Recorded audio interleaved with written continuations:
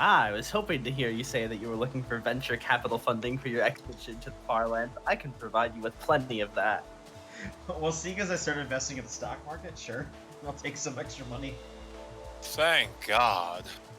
The far land is up to way up today. Firelands. Actually, am I up today or after hours right now? Ugh. I have never been happier to see you. I am up $48 today. Nice. Let's see. Oh boy. Oh man, I've lost.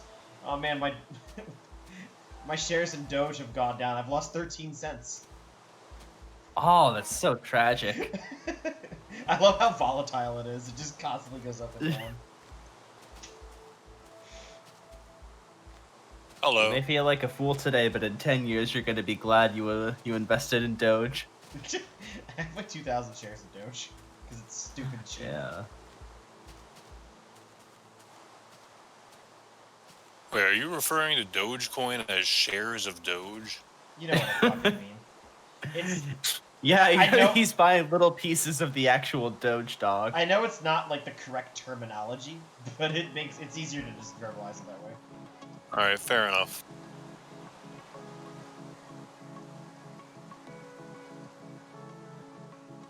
How's everybody doing tonight? Pretty relaxed. Enjoying my day off. Oh, you got a day off? Nice. Well, it's the start of my Yeah, weekend. I don't have classes on Friday.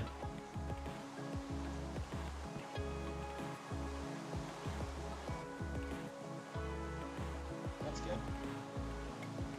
Yeah, it is good.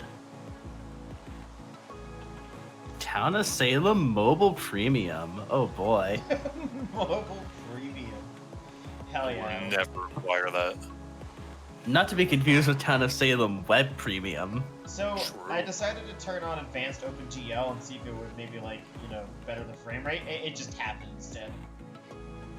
Nice. But it was advanced. And it was open. And it was GL. Good luck. Indeed. We are sitting at 661 right now. This is quite poggers. Bugger. Poggers.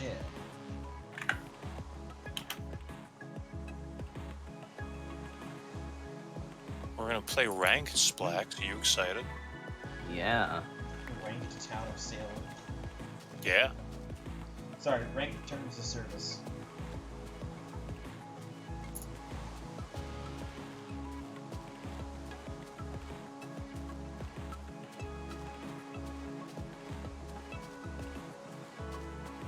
Did you guys do I anything have interesting played- today? Do you know that GL is the country code for Greenland? Fake news. Really? Mm-hmm. I have played 1,937 games of Town of Salem. That's a significant number.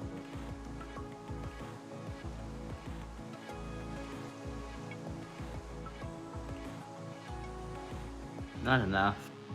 Yeah, it needs more Town of Salem.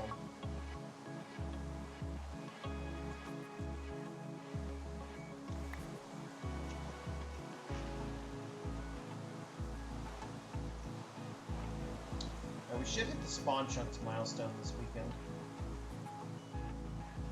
Ooh. It's at 800 something. I don't remember the exact number. 864. Nice. You think you can do 200k in 2 days? Yeah. Cool. Well, yeah, given that there's probably not going to be a game night, you could do it. Yeah. If there was, I'm honestly just gonna abstain from it. Mm-hmm. Abstain didn't kill himself. Do you like how many uploads of last night's stream I had? Abstain was the imposter. How many did you have? I don't know. Too many. Do you know why that happened? Why? So basically, I went to export the stream from Twitch last night, and when I hit the button to hit start, it just didn't do anything. So I clicked it several times, and I thought, okay, Twitch is bored. Oh, and then they all registered. Right, but this happened over like 18 hours later. Yeah. Yeah, so I was just chilling at work, checked notifications on my phone. I see uploads, and I'm like, huh? I'm like, what the hell? And then I like opened up my YouTube channel on my phone, and I was like, why did this upload 6 times? And I'm like, wait a minute, why did this happen like over 12 hours later? Yeah, Twitch was weird. At least I don't have to manually At least he upload uses it. Twitch's bandwidth and not yours. Oh, yeah, that's like my favorite thing about exporting. Unfortunately, I can't do that with weekend streams. I have to use my own bandwidth for that.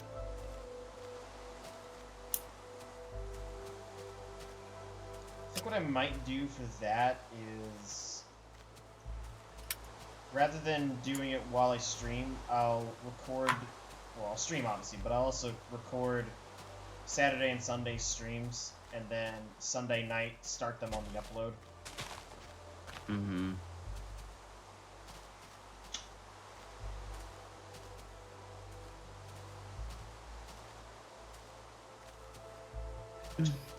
Although, given that I have to have them upload one at a time, it'd probably be better if I just did them after each one. Yeah, I don't know. I'll figure out something. Yeah. Good news though, by my estimation, hang on. I'm just doing some quick math in my head. By either Sunday next week or Monday the day after, we should be at the floating point. Ooh. That'll be exciting. Yes. There's also UHC next Saturday, so that will cut progress a bit. What's UHC? I barely knew her. UHC is nuts. Got him. Taking a huge step towards adding more diversity to their films, Disney announced on Friday that the company's next movie would feature a princess with a never-before-seen ethnicity. What? It's from The Onion. Yeah, this sounds like an Onion article.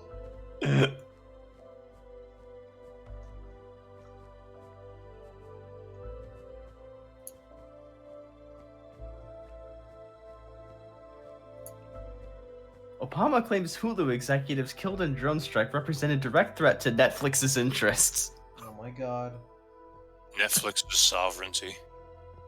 Yeah.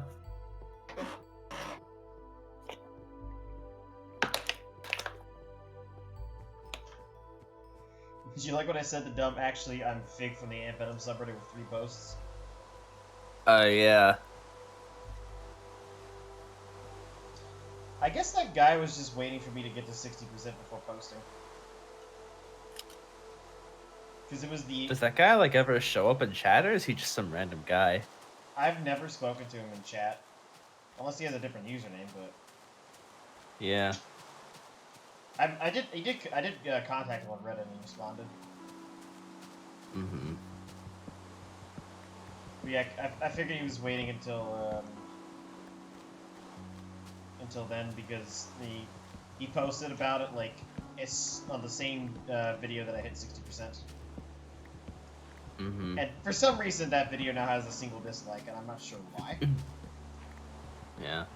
I don't know, maybe Publisher assures readers they can still make Dr. Seuss as racist as they want with the power of imagination. Why do I have you here? Sorry, what were you saying? If I'm willing to bet someone it was disliked, more than likely because somebody thought that guy was self-advertising. Yeah.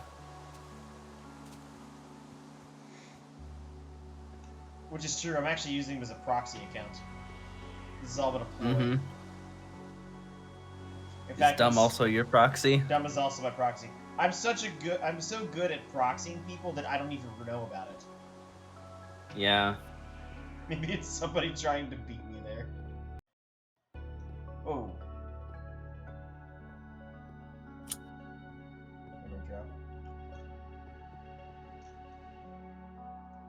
Ah.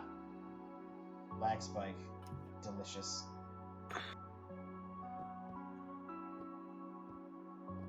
Hi, Arcrid.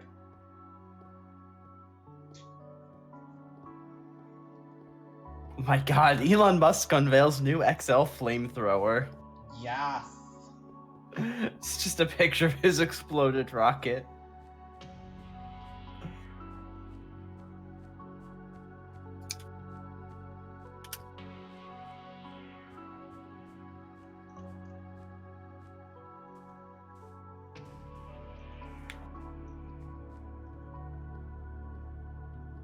Bronze Age men would have worn nicer pelts if he'd known scientists would find his body preserved in a bog. Splax, I see that article you just linked a few hours ago. What? Where? In the bungalow. Oh, yeah, I see what you're talking about. That is, what the fuck?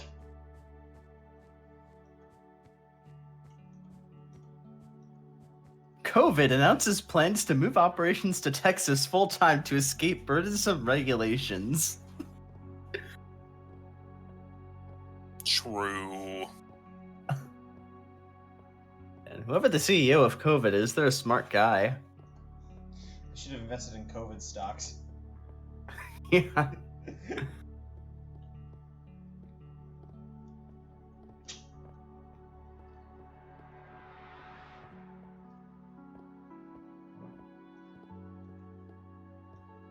Researchers warn of new variant of new giant COVID variant big enough to swallow a grown man whole. Oh no.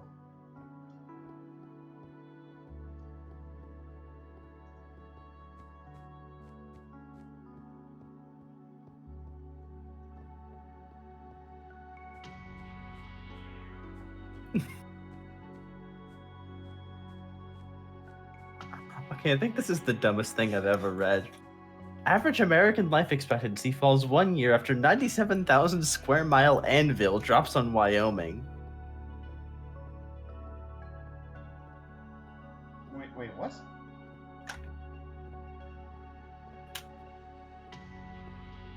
Maybe someone accidentally dropped a Minecraft anvil in real life. Look at text voice.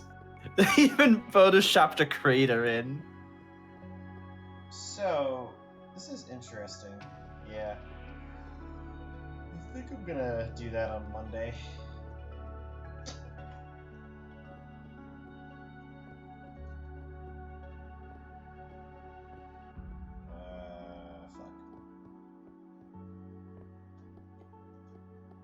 Biden nominates popular Twitter account Possum Every Hour for OMB after discovering bipartisan support of tweets. I've subscribed to the accounts, to the account Rats Every Hour, because rats are cute. Rats are stupid. Possums are cuter. Possums are like, they're trash rats. I like possums, but I also enjoy rats. Rats are trash rats. You shut Well, your that's mouth. not It's kind of mean. Do you want a piece of yourself? I'll kick Mystic's ass. I'll have you know that that is illegal, and I'm gonna have to call the Secret Service on you. The Secret Service? Yeah, the Secret Service protects all former presidents for their lifetime. Oh, right. Yeah, I forgot that that's, Nice anvil. What the fuck? Stream title name. Trash Rats.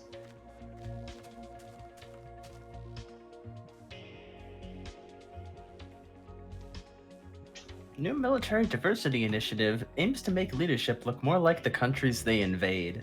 Oh my god, Splax. That's what we call intersectional imperialism. Hell yeah. What the fuck do those fancy words mean?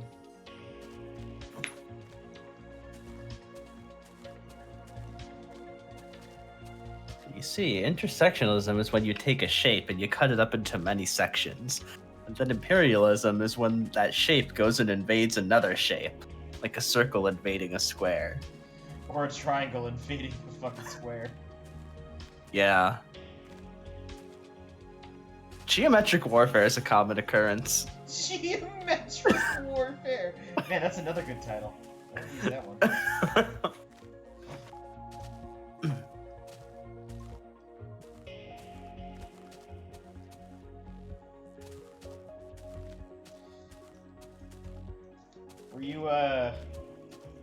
Were you alive during the time of the Rhombus genocide? Oh yeah, absolutely horrible atrocity. Yeah, that was actually what inspired Rhombus Reagan to become president of the United States of America. Rhombus Reagan.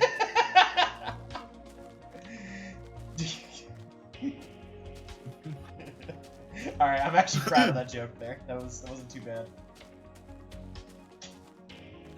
Rhombus D's nuts. Got him. You know, it's too bad that Ronald Reagan will never know about Bofa. Who's Bofa? Ronald Reagan. No, you're supposed to say Ronald Reagan D's nuts. I like what I said. When will you be home? You said home for these nuts. I like that this joke makes a comeback like every couple of years. Yeah. World leaders pledge to cut emissions by as much as they can realistically back out of. That's definitely true. True. True. Truers. Any truers?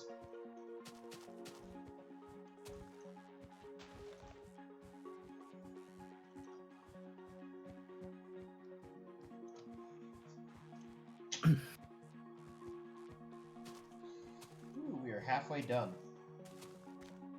25 kilometers down.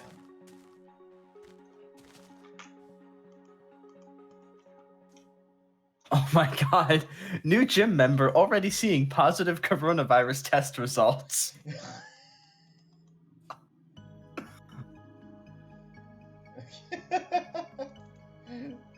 Oh man.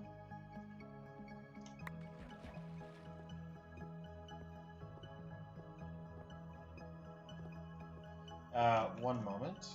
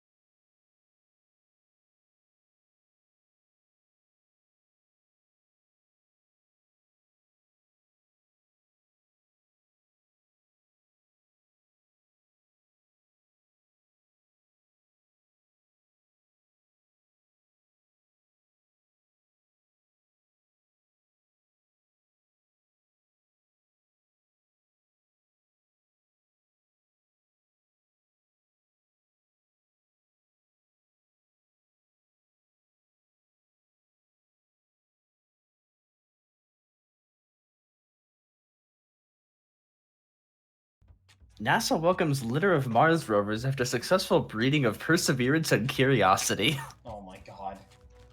uh, Ooh, there's sheep over here. I need those.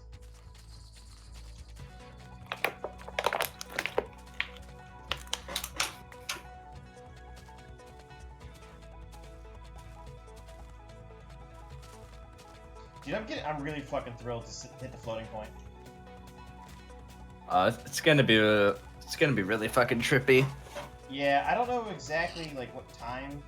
Hopefully it's not too late in the evening. Well, it's got to be late enough that Dragonbound will be asleep. Yeah, we got to watch out for multiplying sand entities too. Mm-hmm.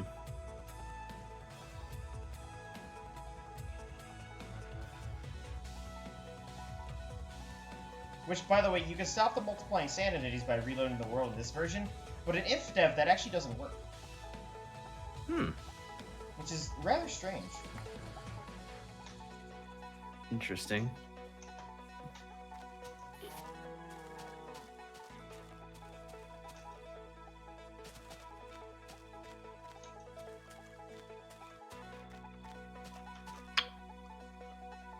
Study finds keeping a gun in the home increases chance of child becoming popular with cool kids.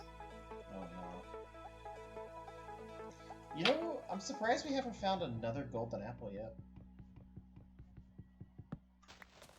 Now that you said that, you're gonna find one soon. Oh no.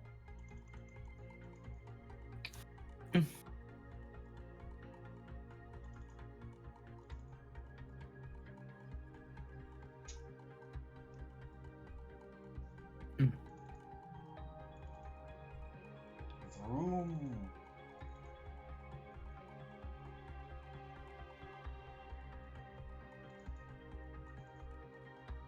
Hey, Arcred, I have a question for you.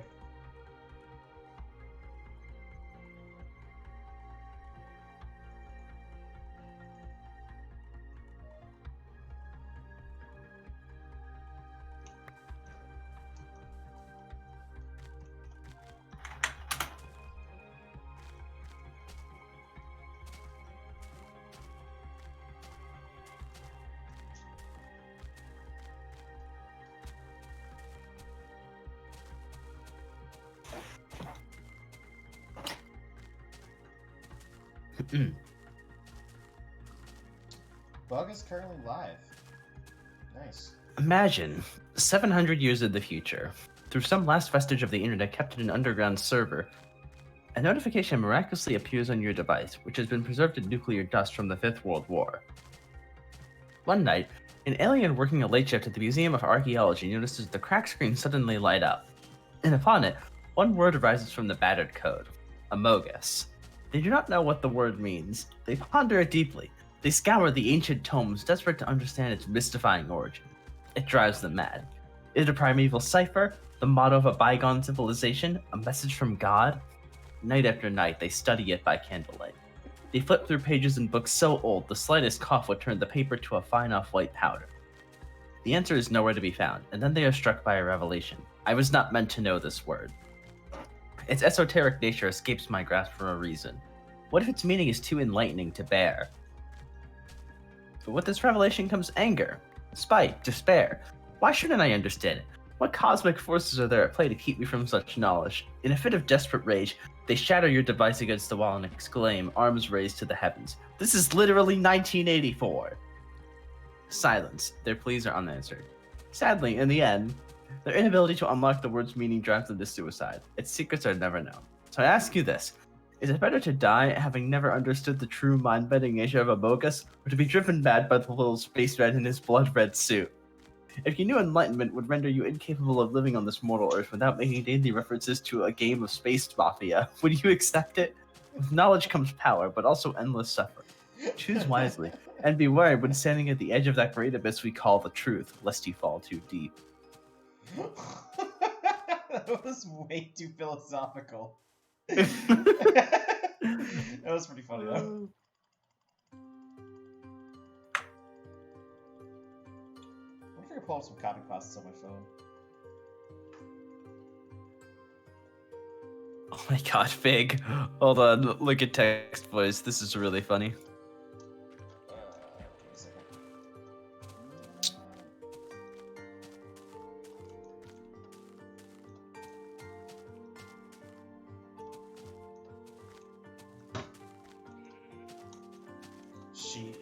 Sheep, time to shear the sheep. The sheep have been shorn, the sheep have been shorn, the sheep have been shorn, the sheep have been shorn. This was in the comments.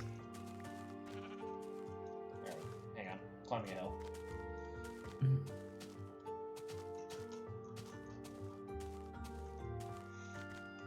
My estimation for my weekend ending will be at 7,940,000.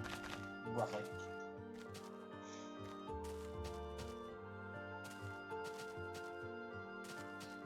Remind me, 700 years. I will be messaging you this on 700 years on 2721 to remind you of this. What the fuck? I have an Amogus meme.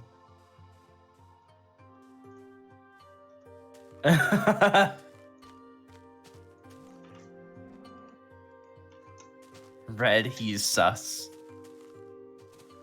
I can't wait for my great grandchildren to see how sus Red was. Did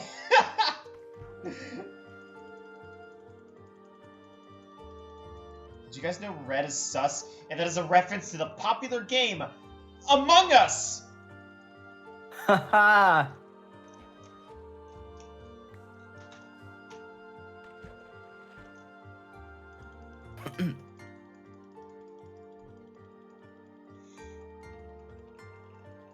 I can't wait until, well, I can't wait. I shouldn't say that. So I'll find it funny if I keep telling you guys that Ant Venom isn't going to give a shit about what I'm doing, and it ends up being the opposite, and you guys have just proved me wrong. Yeah. I don't want that to happen because I don't want dumb to be right. Yep. Can't let that happen. That is expressly forbidden.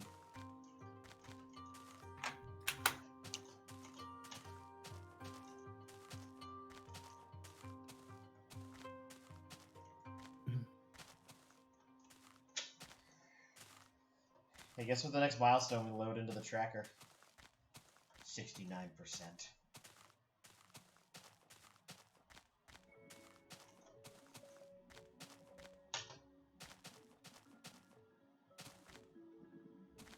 Blacks? What? Did you hear me? No. No. So do you know what milestone we load into the tracker next? 9 million? 69%. Oh. Then 70%, and then the rest of those numbers. And then 9 million. You know, that milestone really reminds me of a very specific town in France. Nice. Or is it in Switzerland? No, Nice I think is it's in in France. France. Nice is in France. Yeah. It's along the Mediterranean coast. It's closer. It's close to Italy. Why Like. am I thinking of Switzerland? Does it belong to Switzerland in EU4 or is it Savoy? It belongs to Savoy. Oh. Okay. Switzerland is just boring then. Not if you're Switzerland.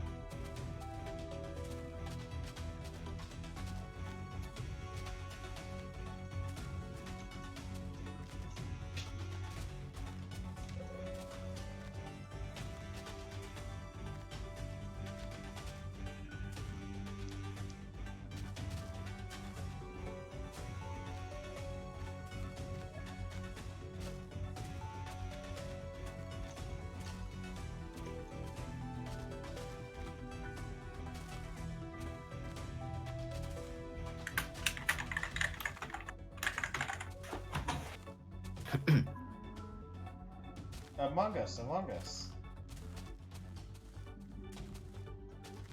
Red is the imposter. Red is sus.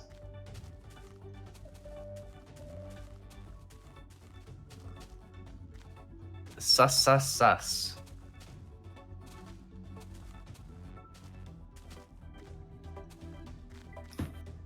Girls making a meme.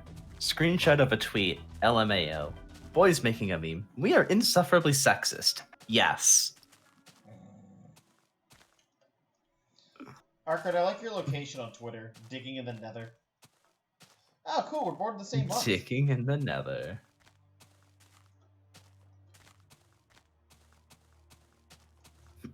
Why is Arker digging in the nether? It's something with his old, like, beta world that he was doing. Hmm. Did you see the new mountain stuff? Yeah, it looks really cool. I am very much impressed by what they've done there. I think my child might be British. Where did I go wrong in all of this? What steps can I take to save him? I noticed it back in July when he seemed grumpy for our 4th of July picnic. Since then, he's slowly been getting a South L star Endon accent, drinking tea, and watching soccer. The other day, I noticed him call one of his friends bruv on the phone, which he now calls the telly, for fuck's sake. What do I do?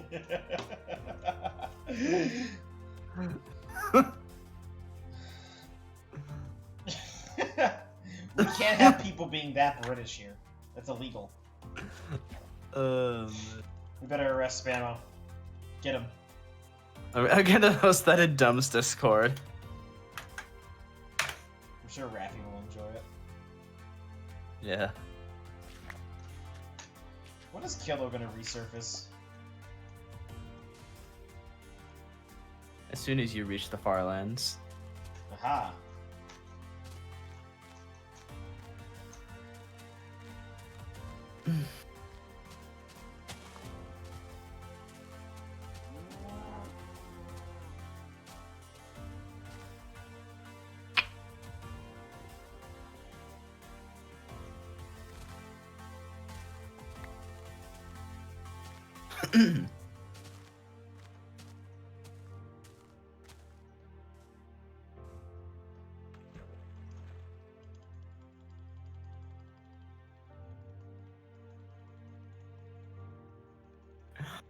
My boyfriend, M20, doesn't believe that I, F18, am Genghis Khan's reincarnated spirit. I know for a fact that I am Genghis Khan's reincarnated spirit because of visions that I have and dreams that I experience. I have a lot of evidence that I am Genghis Khan's reincarnated spirit, and one of the most highly regarded spirit world connectors told me so. However, I've explained all the evidence to my boyfriend, and he still refuses to accept the hard truth. He is not a believer, and I've accepted that. However, it is now straining the relationship. Our different beliefs have caused us to be wary of each other. He says that he still loves me, but I wake up at night to him inspecting my feet to see if I really am the reincarnated spirit of Genghis Khan. He clearly doesn't trust me, and I'm not sure how to maintain that trust anymore. Any suggestions? Yeah. Burn and pillage. What would the Khan do? Yeah.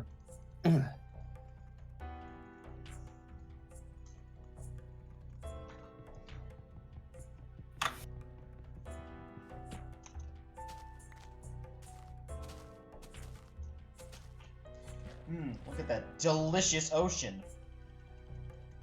Mmm. Yeah, by the way, I think with jitter clicking a boat, you raise the speed from 8 to 11 meters per second. Ooh. Which is pretty significant. Ooh. Ooh. Ooh. It would have been funny if So I was in the middle of an scrapping online costumes. class, and since I had to go to the toilet, I took my PC with me. We don't need to turn on cameras. And when the teacher asked me a question, I answered it and forgot to turn off the mic. And then I ripped this loud-ass fart. I'm planning on changing my name to Julio and moving to Mexico. Actually, it's Julio. Hmm. God, don't you know anything about Spanish? Nope, and I don't need to because I'm American. Okay, fair enough. I'll give you that.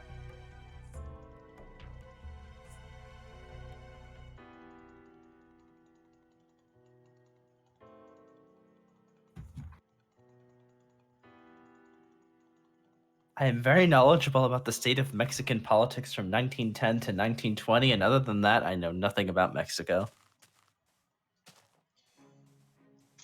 Did you know Mexico's full name is the United States of Mexico? As a matter of fact, I did. Really? Yeah, they're called the United States of Mexico because they want to get annexed by the U.S. It was all part of a ploy to try and appease Trump. Mexican Session Part 2. I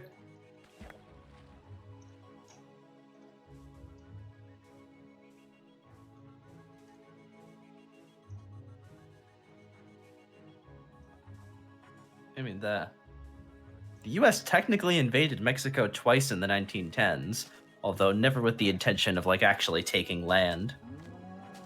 Oh, yeah, wasn't it because of, like, civil disorder there? Yeah, one time we showed up and occupied the major port of Veracruz because we were intervening on behalf of, like, one of the sides in their civil war. Excellent. And then the other time, the guy who lost decided to invade the U.S. to try and basically awaken the beast and get the U.S. to invade Mexico in retaliation. And it worked. The U.S. Army spent a month parading around northern Mexico trying to catch him, and eventually they had to pull out after they couldn't. Did the Mexican government just not stop the United States from doing that? Or are they just unable to? I mean, the Mexican government was extremely pissed off, but They probably weren't. if the United States wants to walk around with an army, there's not exactly much you can do about that. Yeah, they probably couldn't stop us from doing it. Because the United States is, like, much, much more powerful than Mexico. Really, Splax, you don't say. I didn't gather that from our status as a superpower.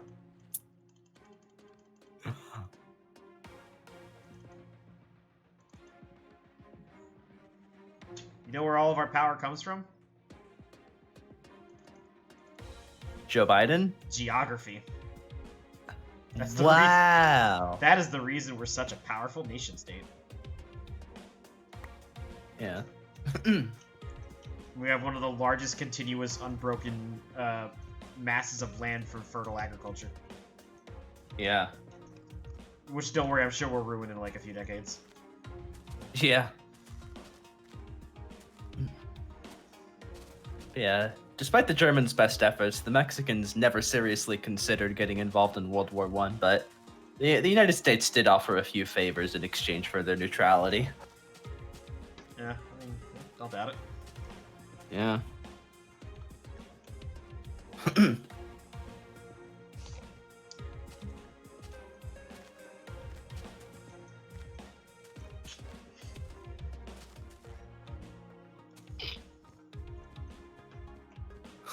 I think my child might be American. Where did I go wrong in all of this? What steps can I take to save him?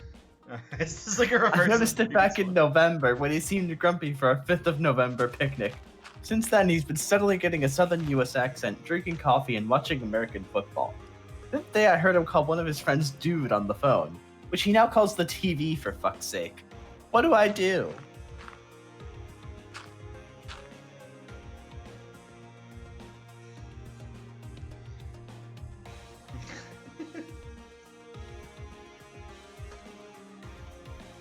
Bruv.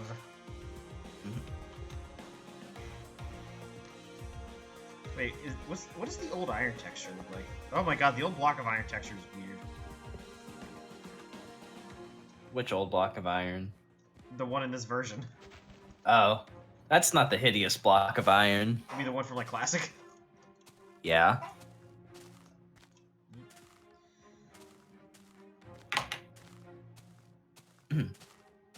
I'm not trying to get political, but POG backwards is GOP. So the GOP is POG? Yikes. That's a funny one.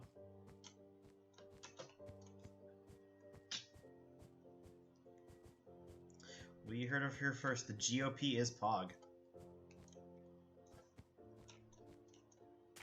Time to clip that out of context. God damn it. I hate you so much. I'm not actually gonna do it. I just said it to annoy you. Oh, well, it succeeded, so good job. Hell yeah.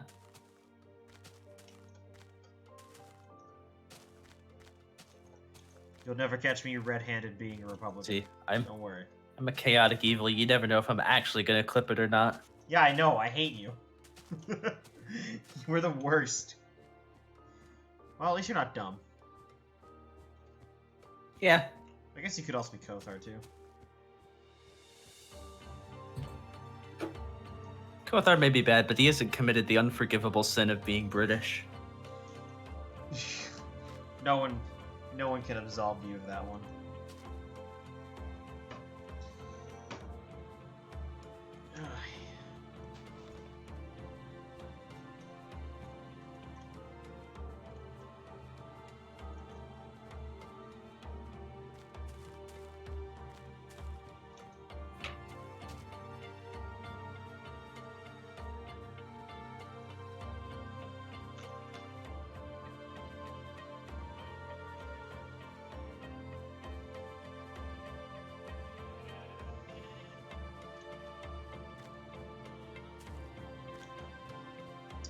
You know, if Kilo ever does show back up into the real world, that'd be cool. Would be cool. Because I'd actually be able to relate to him about this kind of a journey.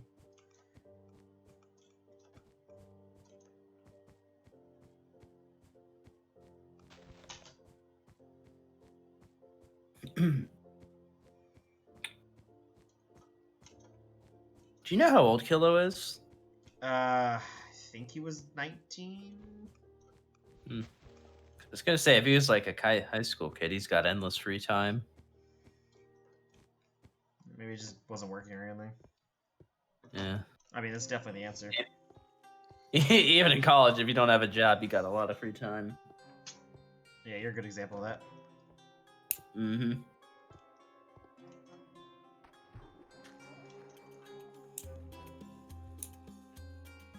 Not going to be like that forever, but hey, this time I may actually get some stimulus money. Ugh. Oh yeah, I won't. Yeah, I won't have this kind of time forever, so I'll take advantage of it when I can.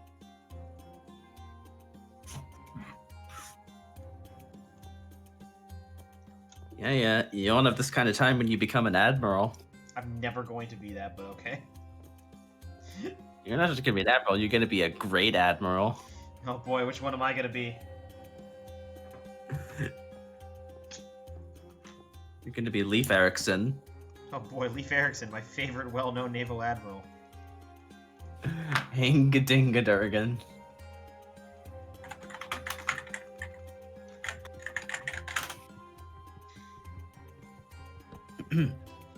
Actually,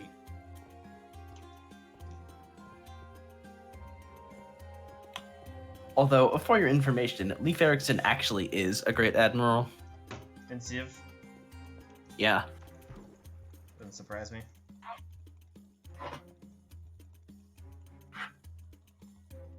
So if you were a great admiral, would you be Alfonso de Albuquerque, Marcus Vipsanius Agrippa, Alvaro de Bazan? Wait, they have Agrippa in there? What the fuck? Yeah. You know, he's the guy who's responsible for the building of the Pantheon, right? Yeah.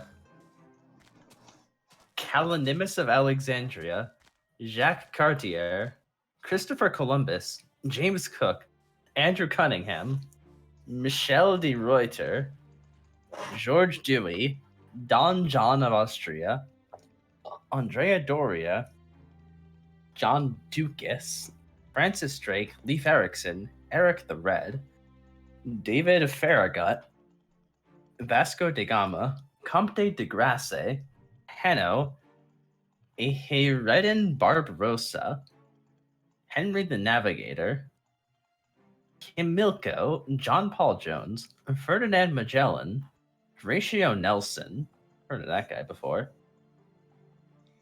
A lot of these are names I've just heard.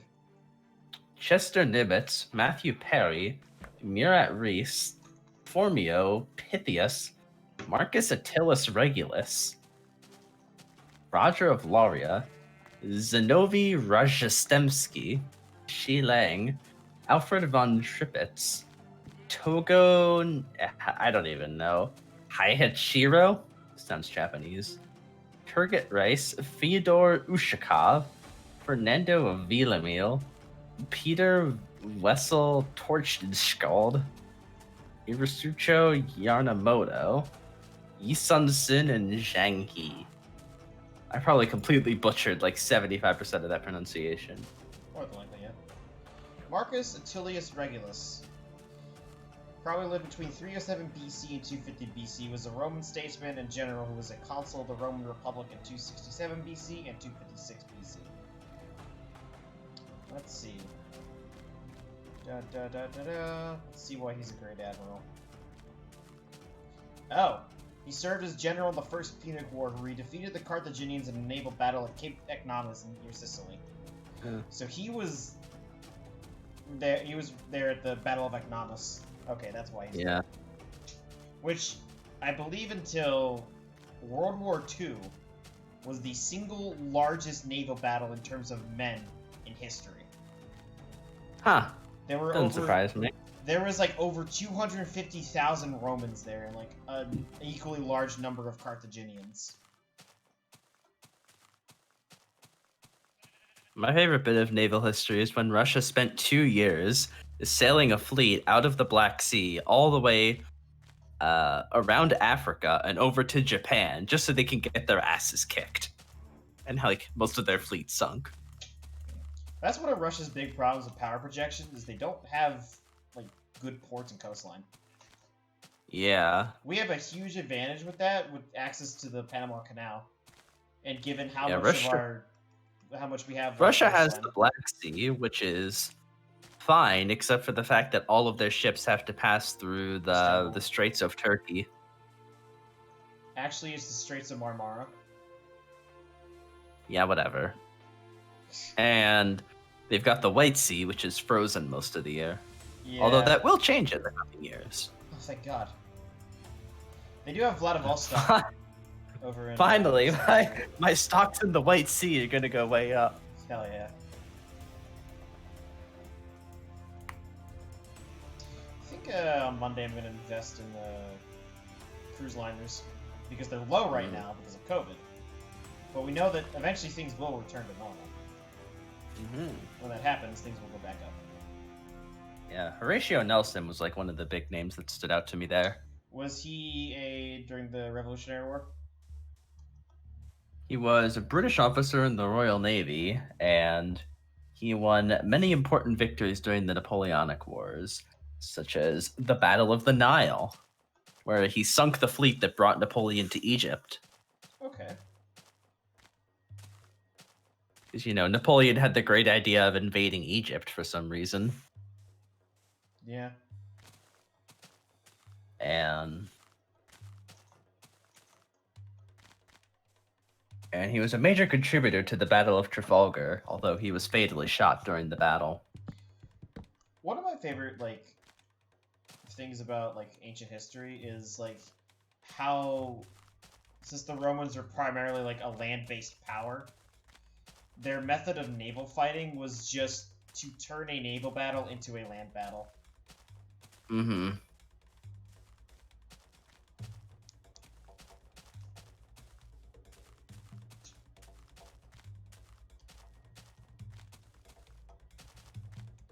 Naval warfare has drastically changed in the past, like, couple thousand years. I guess so is land warfare. Yeah. Yeah, the Romans never had to do much naval warfare after the Punic Wars, but... I mean, they still did have to deal with, like, pirates in the Mediterranean up until they cleared them out. They had to deal with, like, random pirate bands, but they didn't have to deal with, like, organized navies until the Vandals. This makes me want to play Fall of Rome. Yeah. Shoot.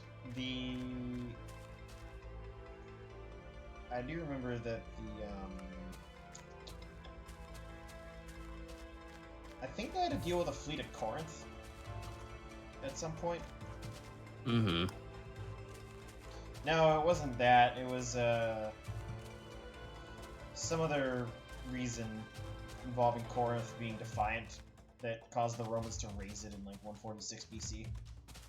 Mm-hmm.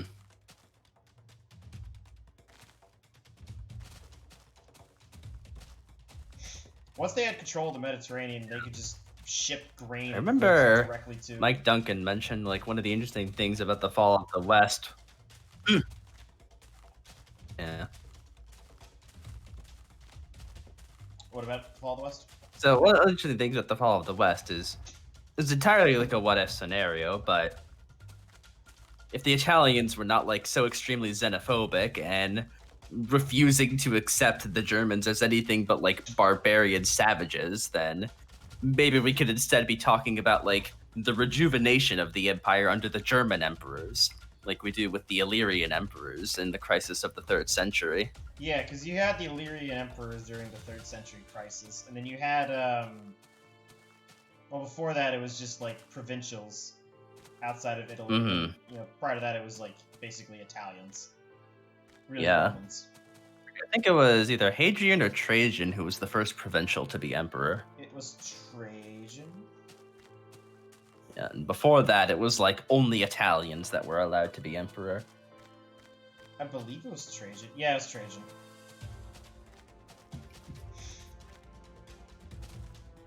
I mean, Yeah, the then Illyrian you had like the string of 5 good emperors who, were provincial. mostly by coincidence, not really as like part of conscious choice, they all chose their successors instead of going with their children. Well, And then when finally the last one chose his child, you ended up with Commodus. Well, they actually, they did that out of necessity because they just didn't have children to pass it down to. Yeah, like they weren't doing it out of like, oh, they weren't like planning for it to happen. They just didn't have any children. Well, except for Marcus Aurelius. Yeah. The civil wars are always quite fascinating. Like during the beginning of the 3rd century crisis, there was the year of the 6 emperors. Yeah. There was like simultaneous emperors in North Africa and Italy, and then of course the barbarian ones. Yeah.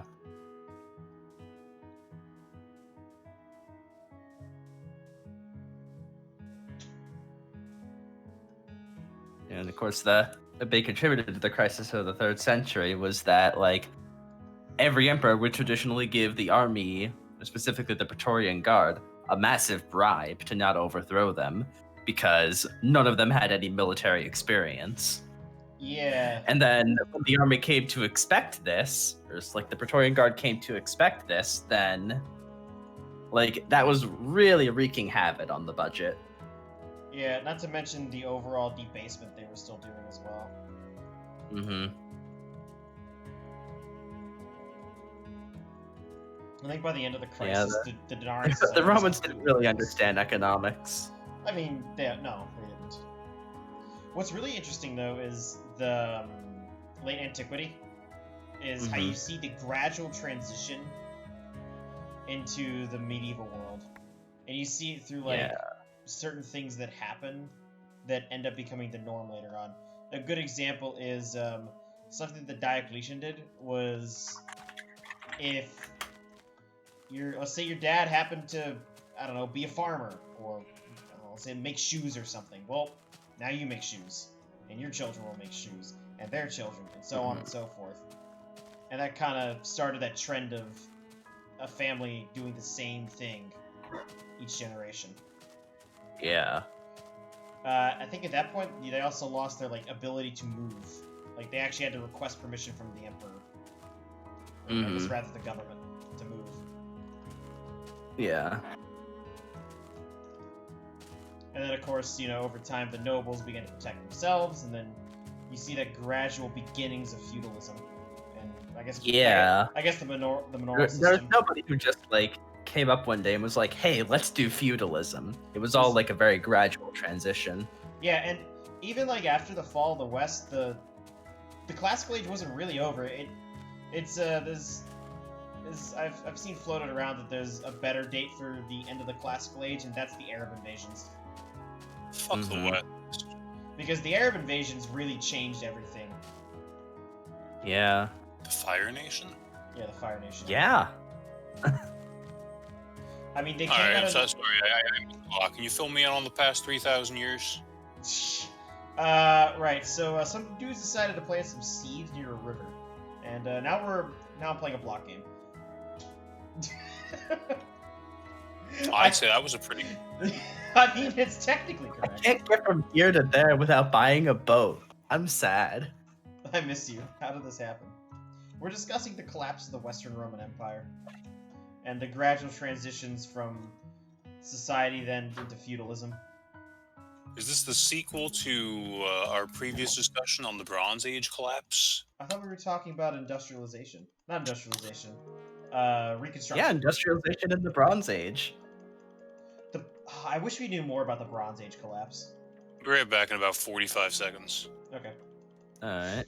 So what was I saying? Oh yeah, the Arab invasions just changed so much. They ripped like half of the land from the Eastern Roman Empire. Yeah.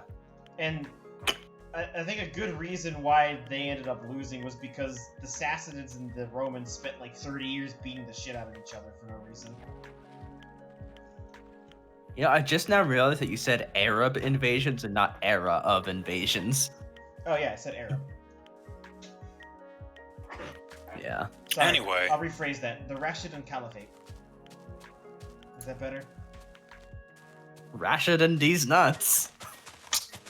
Oh, speaking of them, another interesting phenomenon to see is how, when the Caliphate was established, they basically, created a state within Arabia.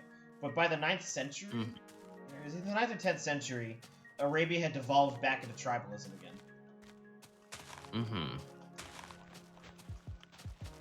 It's quite fascinating. You know, I always pronounce it Caliphate. I say Caliphate.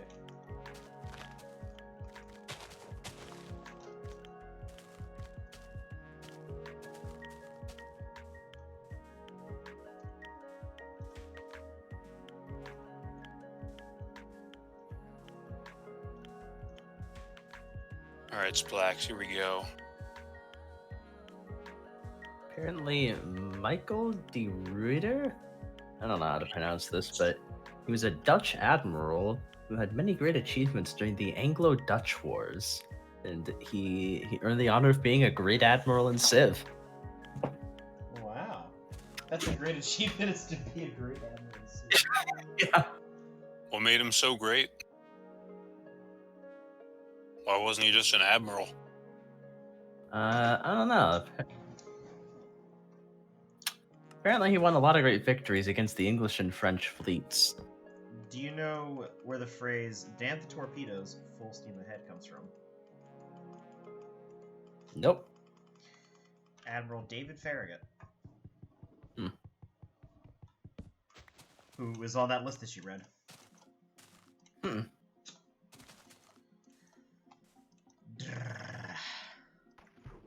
Apparently Andrew Cunningham, who was a great admiral in Civ, Sounds British. was an officer. He was officer of the Royal Navy in the Second World War. That would explain why he has a color photo on his Wikipedia. No, very good point.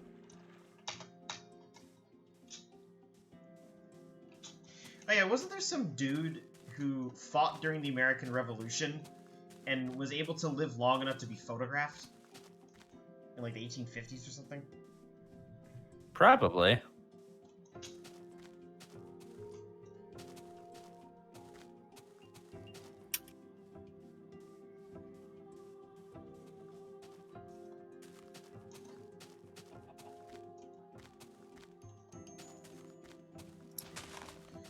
Oh yeah, I think Bronze Age around, like, collapse.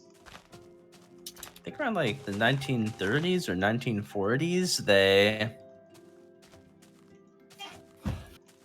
someone decided to like find and round up the last few Civil War veterans they could find and just like ask them about their life. Oh wow, they're still alive in the 30s?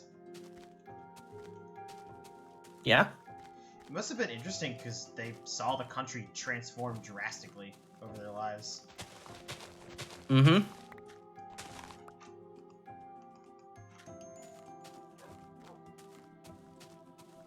I mean, really, you could say that for like any generation in American history. Yeah, dude.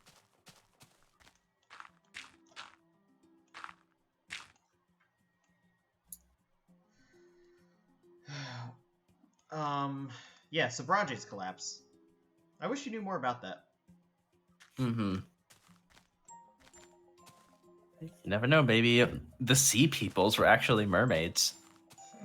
I wish we knew more about Linear A. Oh, fuck. What is linear? Isn't that the script that is left behind? Or is that the Greek Yeah. script? We don't know that Minoan. it's Greek. Yeah, I can't remember. I just heard it referred to as, like, either Greek... It might have been Doric. Minoan. Minoan? Right, that's what it was. I'm getting They my, lived on the island. I'm getting my ancient civilizations mixed up. It's the primary script used in palace and religious writings of the Minoan civilization. When was that? Not to be confused with Linear B, which has been deciphered and was used by the Mycenaeans to write an early form of Greek. If we can ever It was decipher... 1,000. If we can ever decipher Linear A, then that'd be cool. Yeah. I think it's really cool that we decipher Linear B. That's pretty cool. Yeah. I mean, hey, the Bronze Age collapse led to the Greek Dark Age. Yeah. It is interesting that after the Greek Dark Age, you know, the Classical Age began, and then there was another Dark Age later on.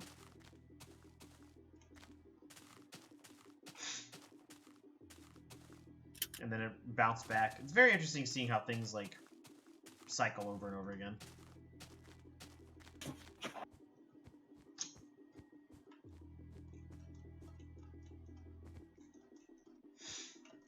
Aren't one of the few, like, sources we have on the sea peoples from Egypt?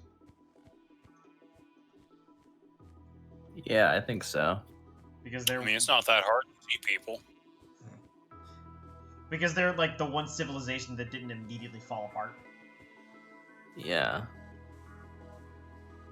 I mean, they called them the Sea Peoples, but it's like almost certain that the Sea Peoples were not actually some unified people. Oh, It was just like yeah. a generic catch-all term. But they were the Sea Peoples. Mm-hmm. Kind of like how the Romans frequently talked of like the Gauls, even though it was a collection of a ton of different tribes that didn't have any kind of unity. Same thing with the Britons. Mm-hmm. Or even the Germans to that extent.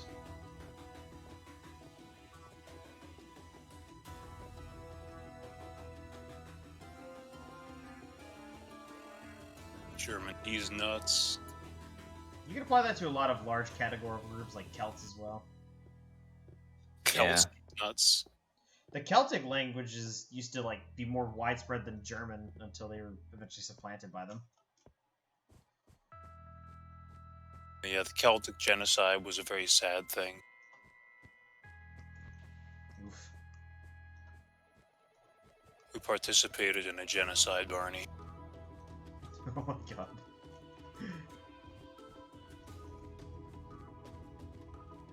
Well, I don't know. I don't think we know anything about the hypothetical language that Linear A belongs to, but I believe the current theory is that, like, after the Minoan civilization fell, the early Greeks came on and they copied the script, So and thus the Linear B Minoans... was born. So the Minoans aren't actually Greek, are they? No. They'd enter the neighborhood, though. I wonder if they're even an Indo-European language. Yeah, I speak fluent Proto-Indo-European. You speak fluent Pi. Yeah. 3.1415. 9265358979323846264333832795028. What the fuck? Me too. Hey, Fuck, what is it? One of my favorite like little etymological facts about Indo-European is that the words shit and shed have the same root in Proto-Indo-European, but they evolved along different language families, and so took on different meanings. One of them ended up going through the Germanic languages, and then the other one ended up going through Italic. Mm-hmm. And then, of course, later on, the other one transferred to us from Latin. Or that we get other words from non-Indo-European languages like Etruscan, like militia, military people. Those are words that come from Etruscan and not from Latin. It's just that we got them, via Latin.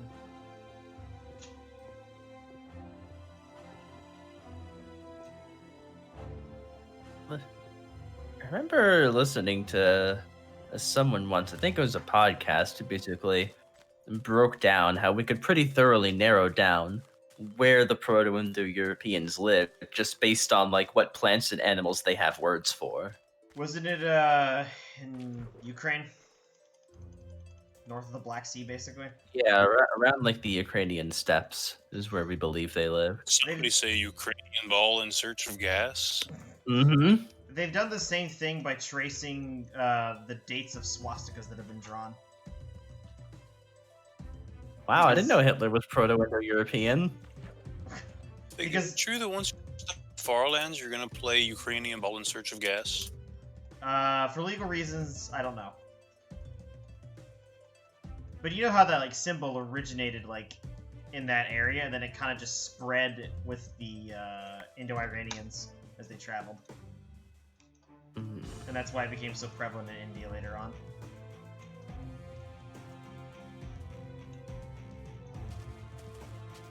Also, fun fact: the word Aryan refers to Iran. Hmm. Huh. I never knew that. You didn't really know that? No. I mean, maybe I did. It derives from an endonym because the Sassanids refer to themselves as Aaron Sharar, and that's where we get Iran from. I thought it was somebody ran. It ran away. Linguistics is really cool. Isn't Iran like closer to what they call themselves, and Yes. Persia was just like a Western name for them? Persia comes from the region of Persis, which is along the Persian Gulf itself, and that region is now known as Fars today, and that's why the language is called Farsi. Persis, Pars, Fars. You see how that kind of evolved into that west. But it ended up being referred to as Persia just because of that was the region that really was responsible for the creation of the Achaemenid Empire, and so that name became more spread on the west. That's why we refer to it as Persia. I know countries occasionally choose to rename themselves to be like more in line of what they call themselves, like Eswatini. What country did that used to be? Swaziland. Eswatini. Okay, I can see the similarities in the two.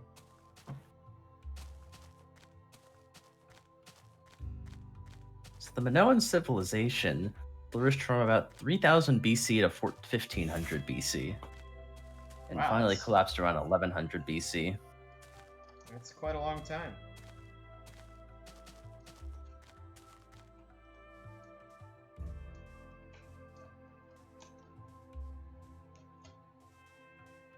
I'm trying to think of other really random linguistic facts that I know of.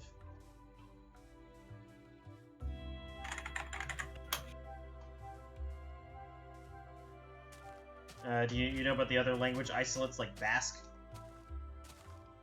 Yeah.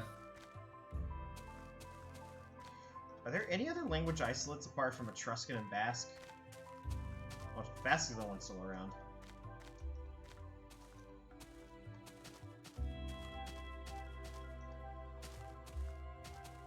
It's not really an isolate, but Hungarian is pretty isolated.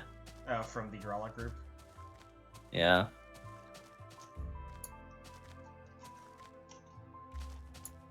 We have no idea what the Hunnic language sounds like. Mm-hmm. That's why Attila and Civ speaks Chuvash. I am. So, Vic, you're familiar with the Hittites, right? Yes, the horse people. Yeah. So, What are the early Indo-Europeans? prior to about like the late 1800s, all we knew about the Hittites was like a single random reference to them in the Old Testament, and we assumed they were just like some random tribe. But then in like the late 1800s, we started uncovering like a bunch of archaeological discoveries in Anatolia, and eventually they discovered that this was actually the Hittite civilization. Yeah, it was a very large civilization, and after its collapse, of course, you had the remaining Anatolian groups and languages that survived there. Fun fact: Turks are genetically more related to ancient Anatolians than to their ancient Turkish ancestors. And it was simply due to the rapidity at which the language itself spread throughout Asia.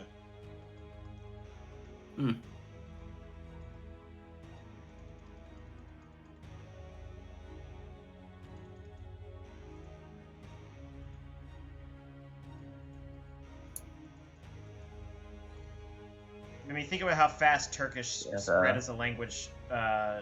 The Hittite language, along with the closely related Luwian language, is the oldest historically attested Indo-European language. Really? Yeah, from around like 1600s BC. Which makes sense because we believe that the Indo-Europeans started splitting off around 2000 BC. When did they first emerge? 4500 BC. They spent a long time just chilling around in Ukraine, didn't they? Yeah. I mean, the Europeans are also responsible for the arrival of horses. Mm-hmm.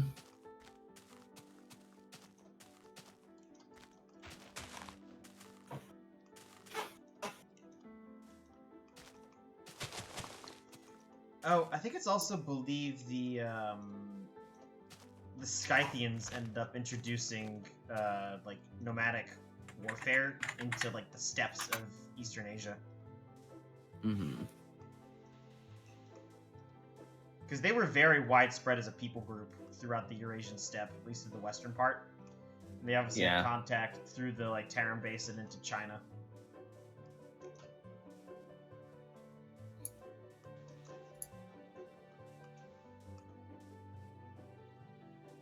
And interesting unrelated fact, although we've not been able to reconstruct much of it, Proto-Afroasiatic is the oldest reconstructed language we have, which would have been spoken around 12,000 to 18,000 years ago. Oh, that's quite ancient. What do you mean reconstruct? Like, we know what the words were and what they meant? And what they sounded like? So, basically, the way we get these proto-languages is we look at, like, a ton of the modern languages, and we look for words that we assume have a similar origin. Words that are similar across languages? Yeah, words that are similar across many languages that probably have a common origin. And from that, we can start to reconstruct, like, what the words might have been in the original proto-language. It's a lot of... I think it's definitely a lot of, like, guesswork, but it's based off of observation. Yeah, there's a lot of guesswork, and different sources will give you different amounts of reconstructed words, but obviously since we're in the West, the most effort has been put into reconstructing Proto-Indo-European. I think they have like a few hundred words that are commonly agreed on. I would like to see... Have they started deciphering Proto-Semitic? Hey now, Fig, let's not be proto-Semitic. Well, So Proto-Semitic would have been a later outbranch of Proto-Afroasiatic, because Semitic is part of the Afroasiatic languages. How widespread is this language group?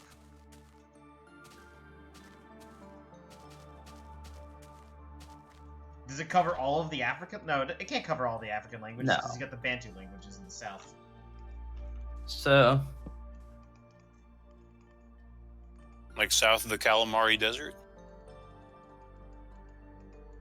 widely spoken Afro-Asiatic languages include Arabic, Hausa, the dominant language of northern Nigeria and southern Niger, Hebrew. Oromo, spoken in Ethiopia and Kenya, Amharic, spoken in Ethiopia, Somali, spoken in Somalia, shocking, Wow, really? Berber, spoken in Morocco, and some others. Oh, I didn't know that Berber was... Oh, I guess Berber is Semitic. Well, actually, I will put this in text voice. Does that list out Hebrew? Hebrew is a Semitic language. Very much so. Mm-hmm. Yeah, Hebrew and Arabic are related. Well, so when you said Afro-Asiatic, I kind of envisioned, for some reason, like the distribution of people amongst the islands in the Pacific, but I guess that would not be that same group. Nah. That's still quite a very old language group. Yeah.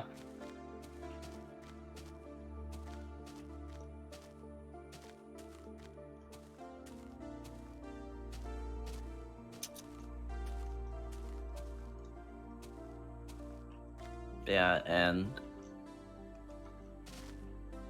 some authors have proposed that there might be a proto-world language from which all world languages would be originally descended from, but the most authors disagree that if such a language existed, we would be able to reconstruct it with like any kind of certainty, because it would have been too long ago. Yeah, given how... It's just been too long for our current methods to be of any use. Given how given how like long ago human groups split off from each other, I kind of doubt that. Because like, we don't know exactly when language was invented, but this proto-world language would have been spoken something like 50,000 years ago. And it's just been too long. Too much has changed, especially since we don't have like any kind of writing from that period.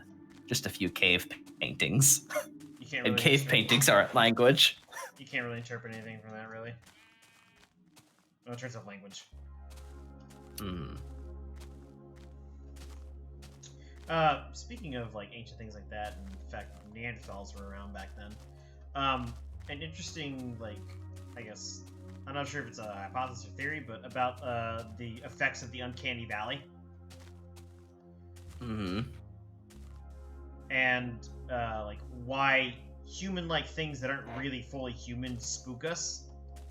And it's because when our species evolved, there was there were other species of the genus Homo that looked similar to us. Mm-hmm. And so it's thought that evolved as kind of like a defense mechanism to be like, okay, this isn't completely right, because it was a different species. Yeah.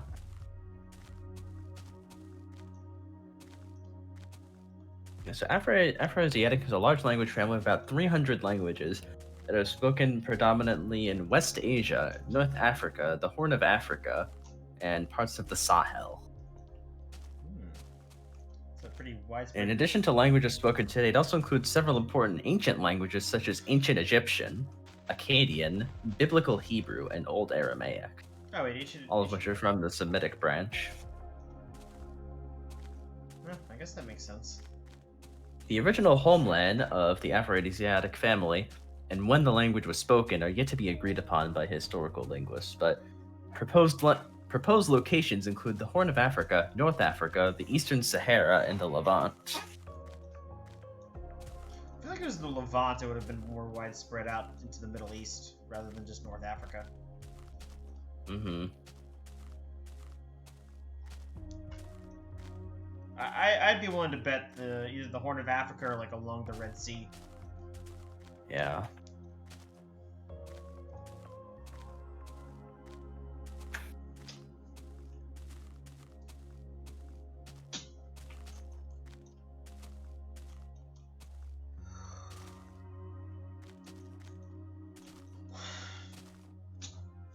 What about the Altaic languages?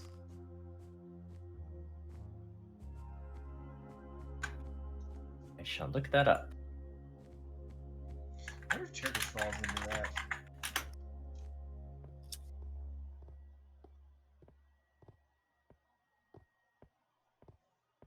So, Altaic is a proposed language family that would include Turkic, Mongolian, and Tungusic, and also possibly Japanese and Korean. Yeah, it's been thought that there's a link between, like, those languages in Japanese and Korean. It was widely accepted until the 60s and is still listed in many encyclopedias and handbooks. But since the 60s, many linguists have rejected the proposal. After supposed cognates were found to not be valid, hypothesized sound shifts were not found, and Turkic and Mongolian languages were found to be converging rather than diverging over the centuries. Huh. That's interesting. Well, I guess that makes sense given the proximity of Turkic and Mongolian languages. Yeah. Opponents of the theory have proposed that the similarities are simply due to mutual linguistic influences between the groups concerned. Okay, so like English's similarities to Spanish, for example. Mm-hmm.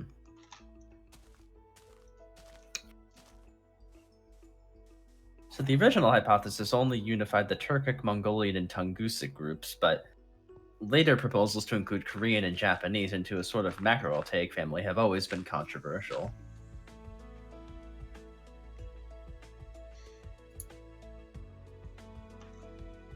Tungusic is like around Manchuria. Yeah, well, the Manchus. Which, if you're wondering, I know that because of EU4. Well, I mean, I also knew that. I think it's been thought that the Jurkins and Manchus aren't the same people, actually. Mm-hmm.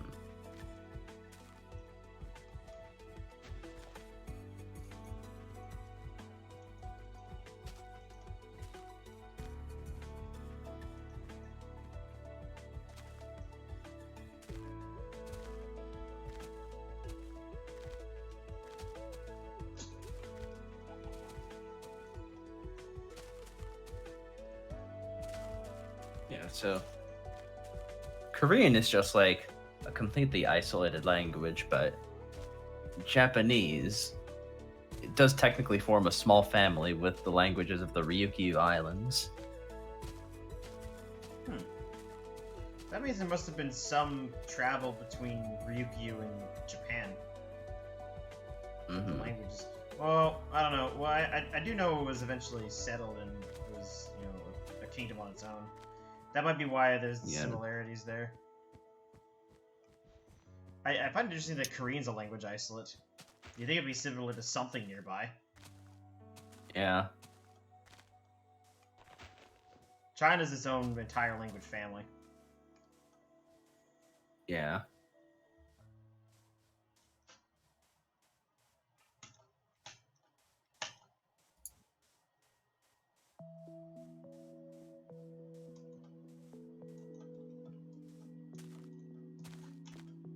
So Korean has been richly documented since the introduction of the Hangul alphabet in the 15th century. Earlier renditions of Korean using Chinese characters are much more difficult to interpret. And we know very little of what was spoken on Korea before the unification of the peninsula into the state of Silla in the 7th century. Oh, yeah. Before that, all we know is from place names. I forgot about that. Korea has a pretty cool history. Mm-hmm. We get the name of Korea from the current kingdom that was inhabiting it when Marco Polo visited it. Yeah. Which was referred to as Goryeo.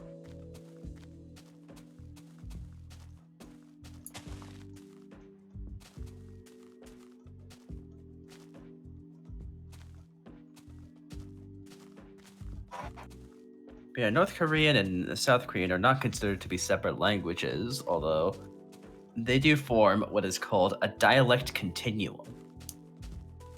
What does that mean? Is it just dialects? Basically, like, the dialect, the dialects don't change very much from like town to town. But say someone on like the southern end of the peninsula would have a hard time understanding someone at the northern end of the peninsula. Really? Why is that? It's just like a gradual shift that comes from isolation. Because of the split of the country. Yeah. Huh. Dialect continuums were like much more common prior to like the 1900s. I take it globalization changed that. Mostly like the invention of like radio and television kind of popularized the idea of a standard language. Before that, everyone just spoke their local dialect. Yeah, hasn't that also kind of led to the almost like erasing of certain languages like Occitan and something like that? Mm-hmm.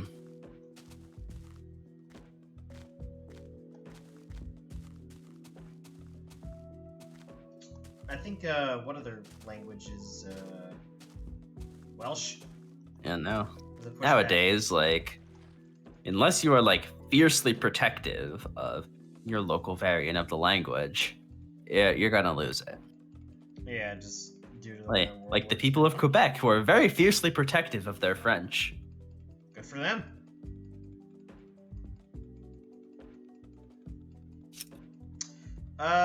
They had a couple of referendums to actually secede from Canada back in like the 80s, I think, both of which were narrowly defeated, although there were many accusations of fraud.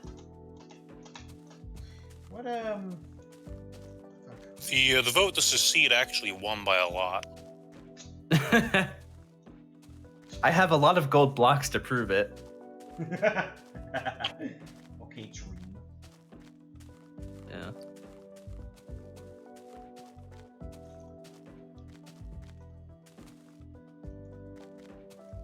Yeah, from what I've heard, the younger generation doesn't really care that much, but secession was like a big thing in Quebec in the older days. Fuck. What was that one language that was revived? Was it Cornish? I don't know, maybe. There was like one dead language in Europe that was revived after it had been after it died out. I think it might have been Cornish. Could you go look that up, Spikes? See if Cornish is still a dead language.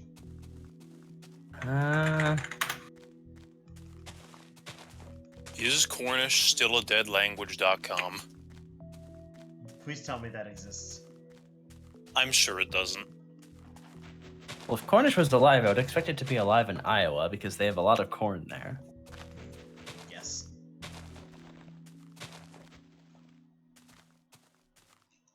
I know there was a language. Yeah, that was- Cornish was revived. Yeah, okay, it was Cornish. When was it revived? 20th century. When did it die out? Was it like the 15th century or something? 18th. Okay, so it's revived a couple hundred years after it died. I take it it's being more commonly spoken again in Cornwall.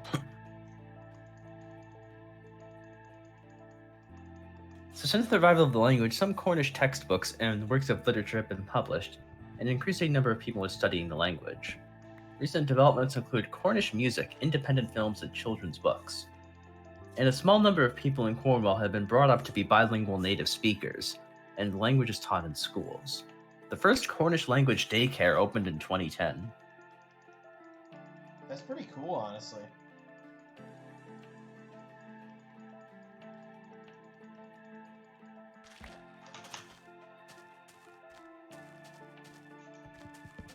Before it died, the last confirmed native speaker of Cornish was Dolly Pentreath, who died in 1777.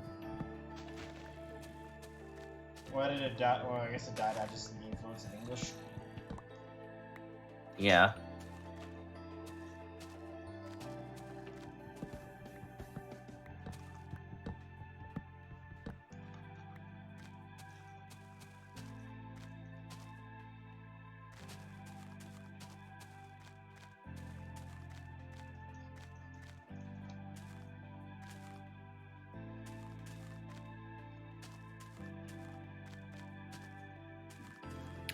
So it's estimated that there were around 15,000 Cornish speakers in 1650, around 5,000 in 1700, only a few in 1750, and none by 1800.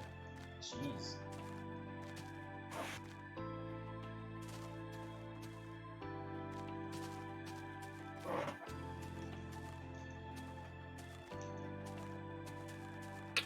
I guess kind of similar to France's, suppression of the local In languages. 1680, William Scawen wrote an essay describing 16 reasons for the decline of Cornish. Among them, the lack of a distinctive Cornish alphabet, the loss of contact between Cornwall and Brittany, the cessation of miracle plays, loss of records in the Civil War, lack of a Cornish Bible, and immigration to Cornwall. Oh, from like areas that weren't speaking Cornish. Okay, that's Yeah.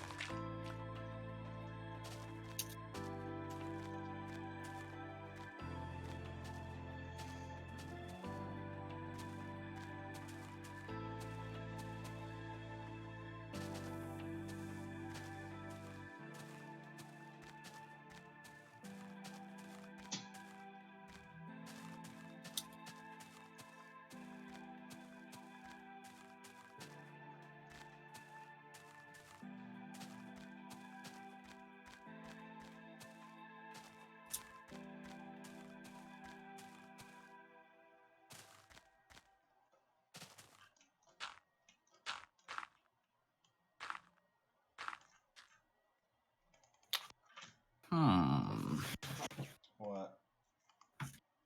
Hmm. Found anything interesting? I think we bored Mystic to death with our No. linguistics talk. I'm doing Minecraft villager noises. Okay. Uh-uh. Huh. Huh?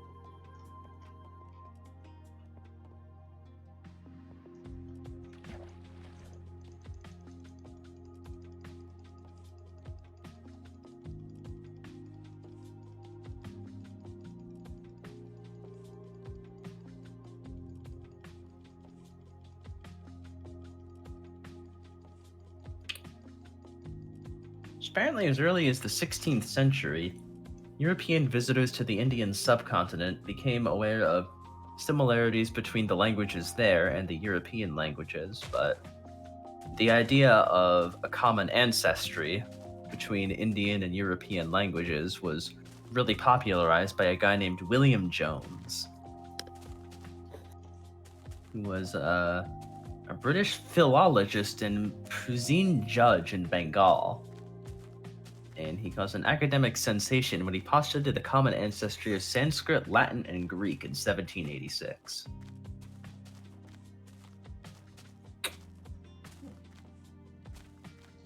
Is that how he began around the, the Proto-Indo-European stuff? Yeah, he was kind of, I guess, one of the founding fathers of modern linguistics. I mean, Somebody say Noam Chomsky. Noam Chomsky. It's pretty cool that I'm gonna chomp on your ski. People of a different language, would notice similarities like that and be like, whoa, that's weird. Given how Yeah. far apart India and, Europe are geographically. It's true. Indiana and Europe are quite far apart. Ugh. You know, one point, India and Greece were right next to each other. I know how plate tectonics work, Mystic. No, I'm just talking about Alexander the Great. That's a good one. Then he died, and it was not so great. F. Yeah, it's too bad. Here there was a lot of fraud. Right. His death was rigged. Didn't he die in the city of Babylon? I mean, is that really what you want to babble on about? Yeah. Good joke. I like that one.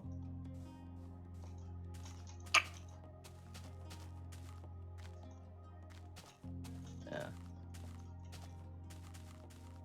I think even in the ancient era, there was like some Roman authors who postulated like a common origin between Roman and Greek, but they didn't really have very advanced methods back then.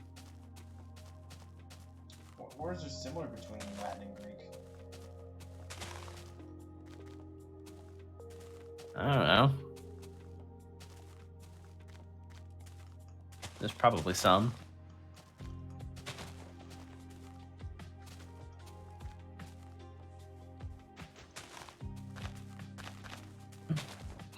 Oh my god, that hurt. Why? Hurt me too.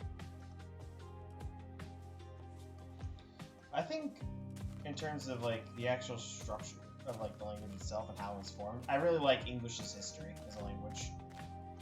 Hmm. It's a very unique language because of that. Yeah.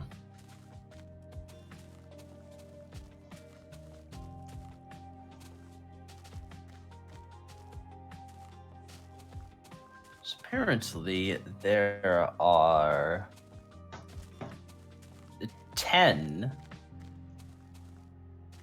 branches of the Indo-European languages, and 3 of them just contain a single language.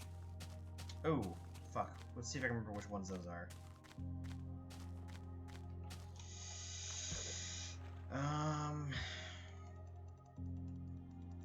Kind of pulling up nothing right now. Kind of tired.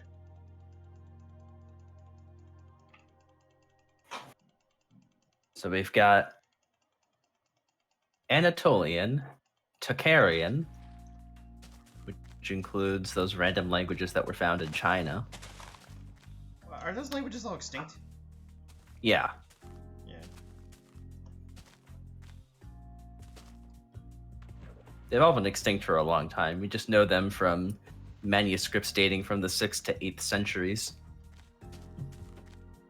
We've got Italic, which includes all of the Romance languages. Celtic. What? What about bold? I'm talking about brash. Well, I'm talking about belongs Trash. in the trash. Yeah, so we've got Anatolian, Tocharian, Italic, Celtic, Germanic, Balto-Slavic, Indo-Iranian, Armenian, Hellenic, which is just Greek, and Albanian. So, Armenian, Albanian, and Greek all form their own branches of Indo-European. Yeah, I forgot They're, that Armenian was. they're not known to be directly related to any other Indo-European language.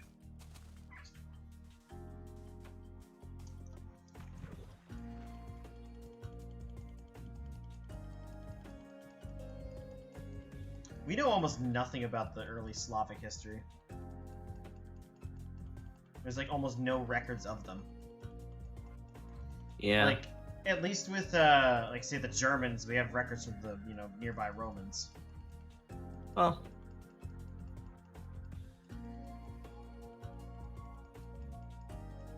Sucks. When I people think we lose know sources. we know of the Slavs from like around the 600s or something. From the Byzantines. Yeah. The Albanians, we don't know anything yeah. about their language until the 1500s. Yeah, have you told Mystic about that?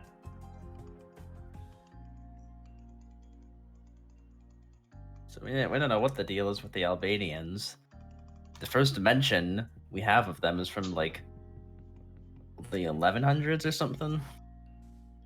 I I mean, what could they... Well, we know they're not Slavic. I mean, they could have been they could have been descended from, you know, old Illyrian languages that hung around in that region. Mm-hmm. Because I'm pretty sure that area's languages got supplanted from Greek to Illyrian.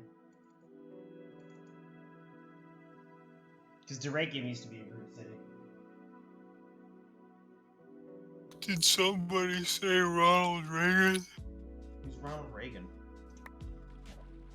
These nuts. Got him.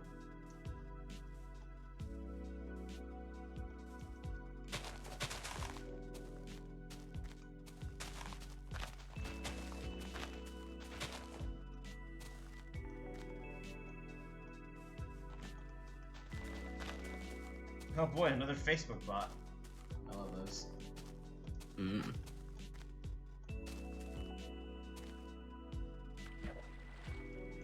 Yeah, so it looks like Albanian is considered to be, it's hypothesized to be descended from the Illyrian languages, but we don't know for sure. Yeah, how much do we know about the Illyrian languages? Probably not that much. That's probably our limiting factor here. I mean, at that point, it's like, what else? Like, what was there any other? There's no other nearby languages. I think Illyrian was also in So it's here. believed the Illyrian languages went extinct between the 2nd and 6th centuries AD, with the possible exception of a branch that may have survived and developed into Albanian.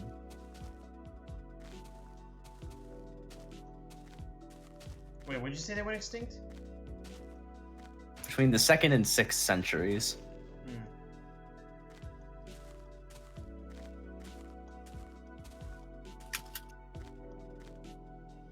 Thanks, Latin. Mm-hmm. I mean, I'm willing to believe that kind of a theory, honestly, given the proximity of the two. Yeah.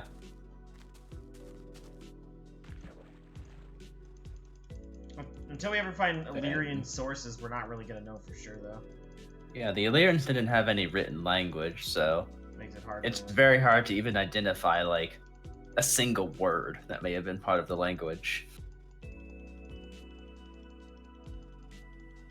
You can only really hypothesize based on place names and possible loanwords. Yeah, place names.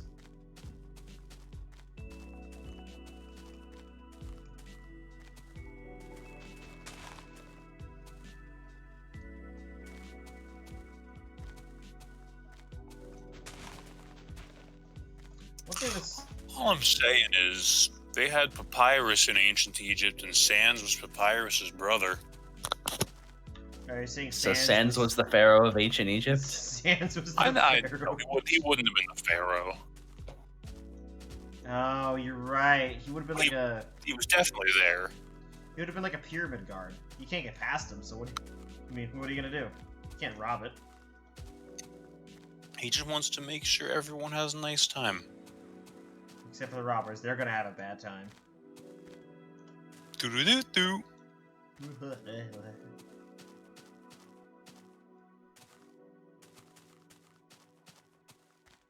The town has decided to lynch Iron Man.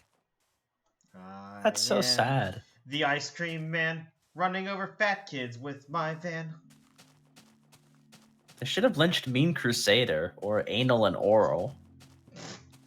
That's still not as good as Paul Zanya for the other day. Or Rotisserie Ryan. Dude, I like the usernames that you keep meeting on Town of Salem. Right?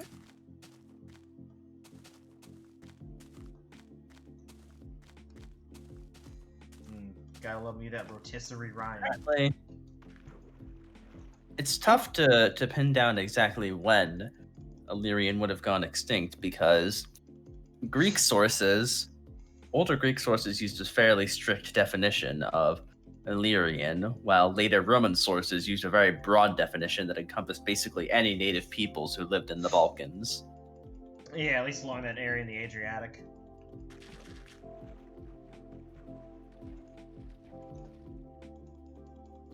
I mean, it's like Jesus, Mystic. It's like how they're referred to as the Illyrian emperors, even though they probably didn't speak any native Illyrian language. They probably spoke Latin. Mm-hmm. It's just that that's the region they were from, was Illyria. So the Greeks were the first literate people to come into frequent contact with Illyrian speakers.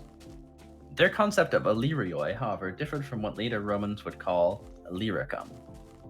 The Greek term only encompassed the peoples who lived in Macedonia and Epirus, and Pliny the Elder, in his work Natural History, still applies a stricter usage of the term Illyri when speaking of Illyri people. But after the Roman conquest, the concept of Illyricum expanded towards the west and north, and finally it encompassed all native peoples from the Adriatic to the Danube, inhabiting the Roman provinces of Dalmatia, Pannonia, and Moesia, regardless of their ethnic and cultural differences.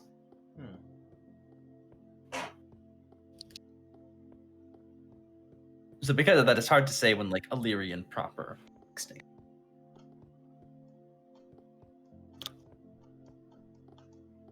What other... Oh, Thracian extinct language, along with Dacian. Mm-hmm.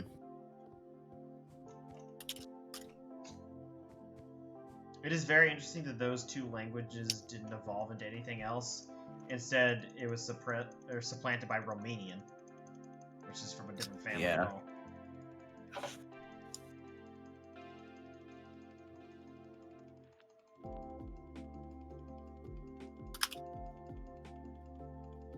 Oh, you know other cool fact flags? The Crimean Goths. Oh yeah.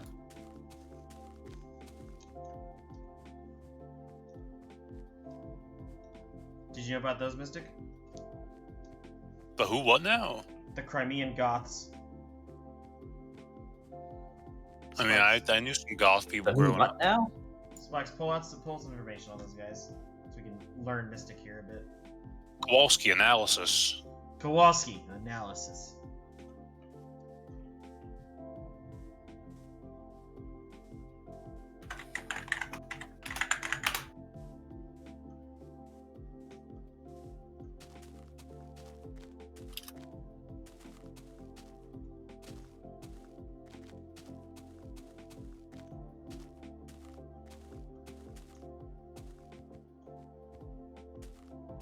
So the Crimean Goths were a group of Gothic tribes who remained in the lands around the Black Sea, especially in Crimea.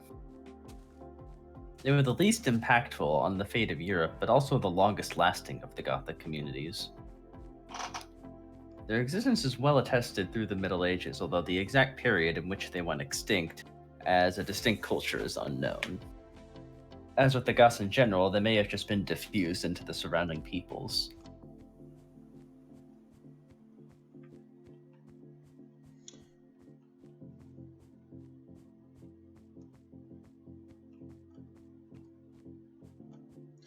Don't forget about Bulgaria and Volga Bulgaria. Mm-hmm. Long Bulgaria. Long Bulgaria. Yes.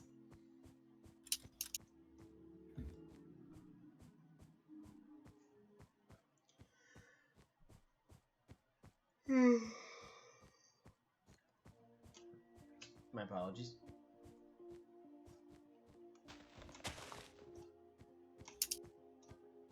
Apparently, the Ostrogoths had a huge kingdom north of the Black Sea in the 4th century, which the Huns overwhelmed in the time of the Gothic king Ermenric, when the Huns migrated to the Ukrainian steppe.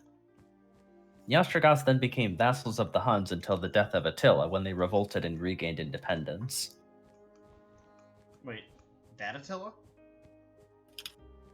Yeah. You said 4th century. Jeez, that was a long time. I thought the Ostrogoths migrated into in the early 400s to escape the Huns.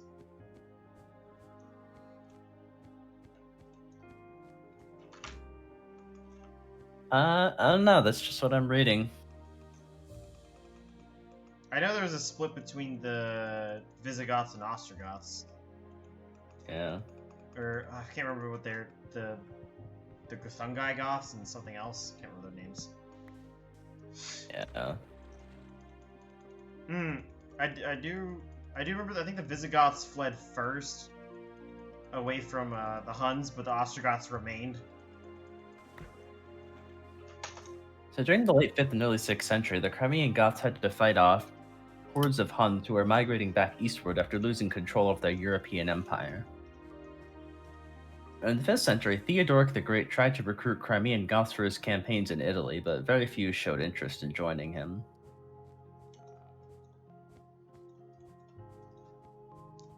Huh. I wonder whatever happened to the Hunnic peoples. Or if they were really even a distinct people at all. If they were just like a combination of many different groups. So the Principality of Gothia, or Theodora, was formed after the Fourth Crusade. So this would have been around 1200. Do you know about the theory of the Huns being descended from the Hesswing The who, what now?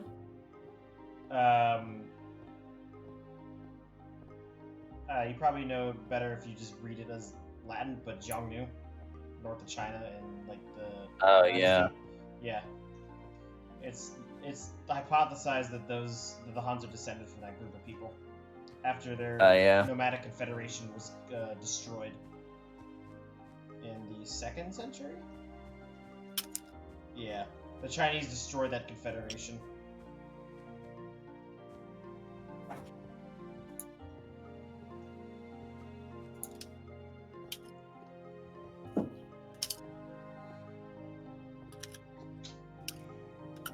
So a Gothic principality around the stronghold of Doros, the Principality of Theodora, continued to exist through various periods of vassalage to the Byzantines, Khazars, Kipchaks, Mongols, Genoese, and other empires, until 1475, when it was finally incorporated into the Khanate of Crimea and the Ottoman Empire. And this is generally considered to be the fall of the Crimean Goths. They kind of just lived there and accepted whoever was their new overlord, I guess. Yeah.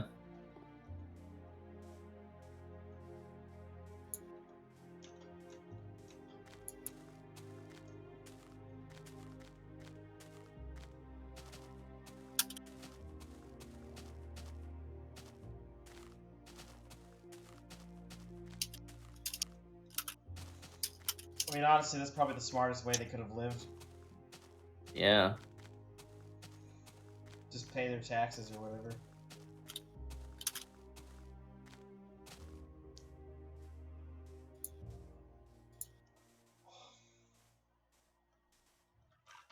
So by the 16th century, the existence of Goths in Crimea had become well known to European scholars. Many travelers visited Crimea and wrote about the Goths.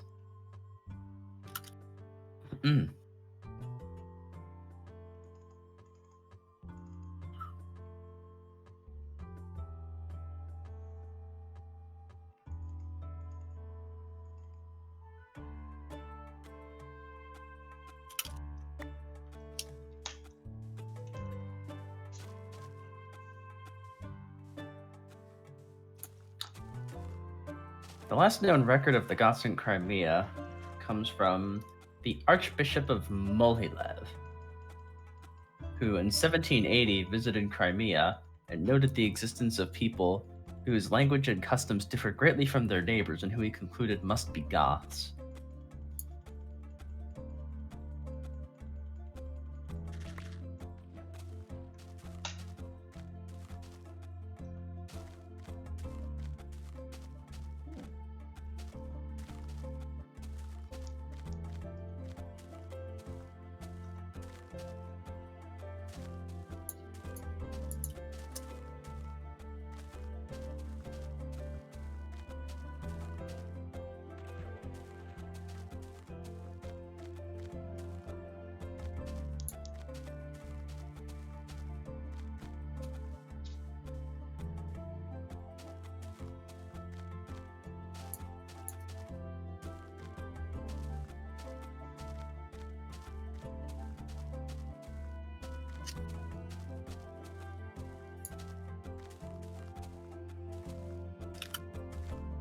So in the late 16th century, an imperial envoy in Suleiman's court named Busbek reported having a conversation with two Goths in Constantinople.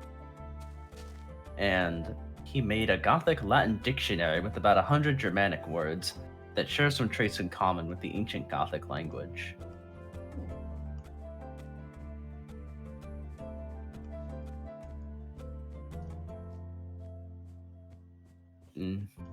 Following the report by Busbek, numerous European travelers went to visit Crimea. Torquatus visited Crimea in the mid to late 16th century, in which he reported the existence of Goths who spoke their own language but used Greek, Tatar, and Hungarian in dealing with outsiders. Wow, that's a pretty diverse cast of languages right there. Yeah. Do you know where the Tatars came from?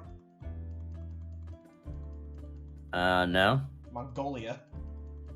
Oh, wow. They were one of the tribal groups that Genghis Khan had to basically conquer when he unified Mongolia.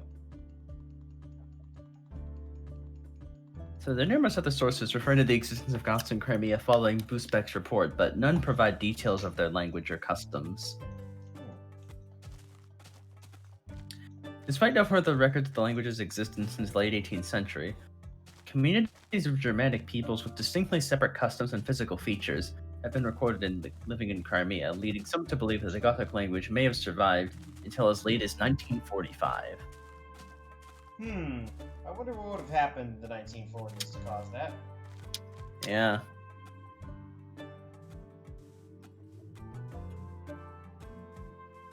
It's likely that the Goths had begun to speak Crimean Tatar and Crimean Greek long before the arrival of Busbek, and thus they may well have been integrated into the wider population, as later visitors to the area were unable to discover any trace of Gothic peoples. So they kind of just diffuse themselves into the common languages around them. They're more Yeah. widespread.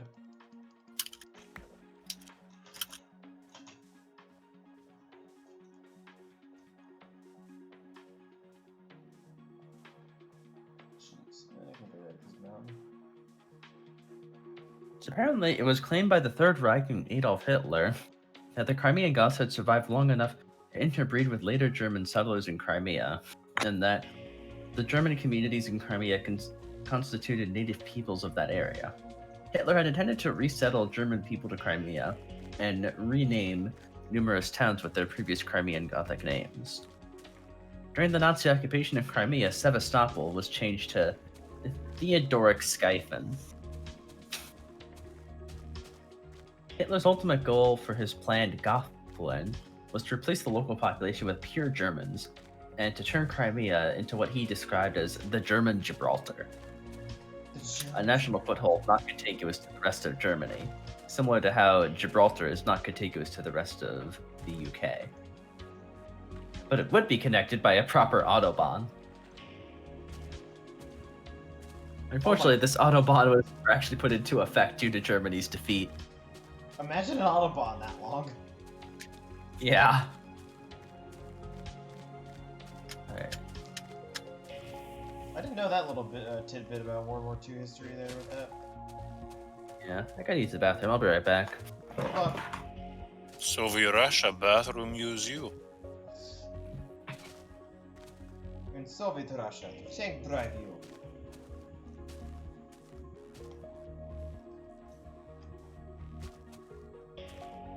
Che Guevara, I already know her. What? Who? What? Who?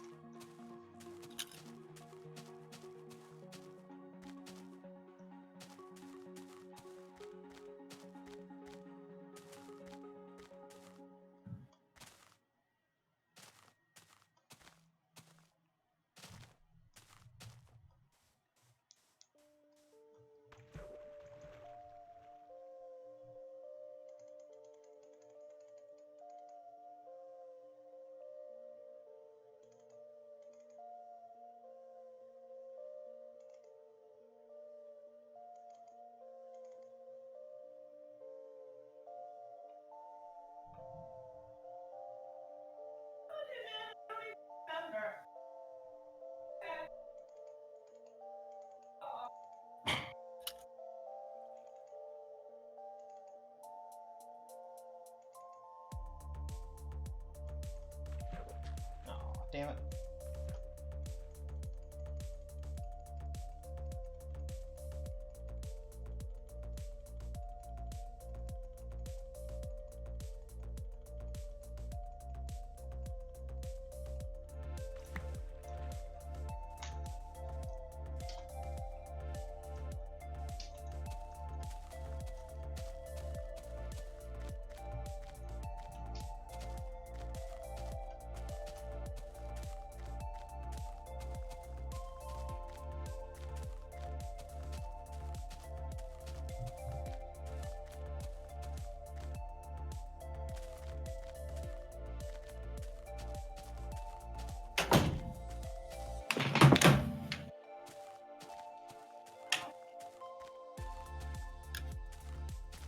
So did you guys hear about Joe Biden's plans for the economy?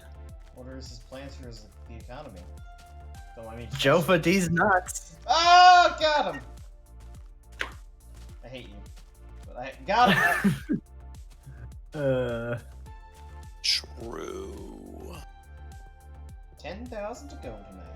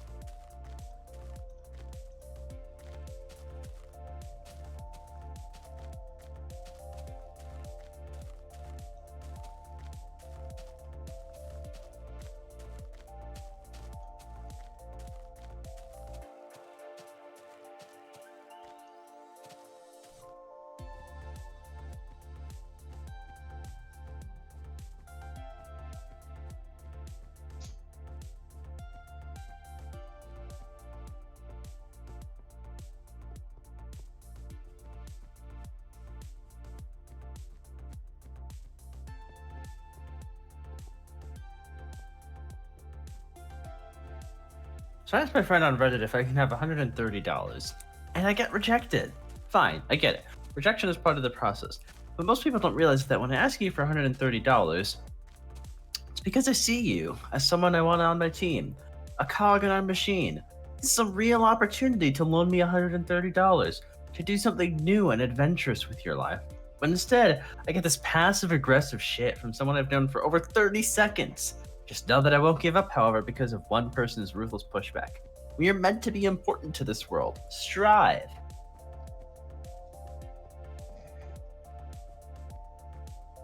Nice background model earlier.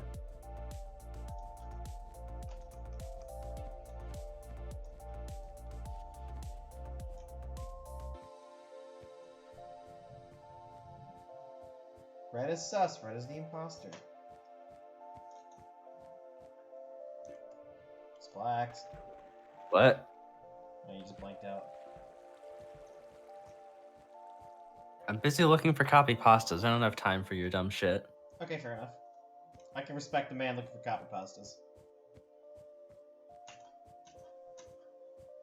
You guys just don't get that Gamergate was the biggest scandal of our generation. Everyone else is just trying to keep the most oppressed minorities down, and this bigotry against gamers cannot be stood for. That's why Trump is the best. He's the ultimate gamer. Think about it. He can game the system. He gamed the North Koreans. He gamed Antifa. Now he's gaming the world by wearing a Biden mask. Truly the leader gamers need. That did age well.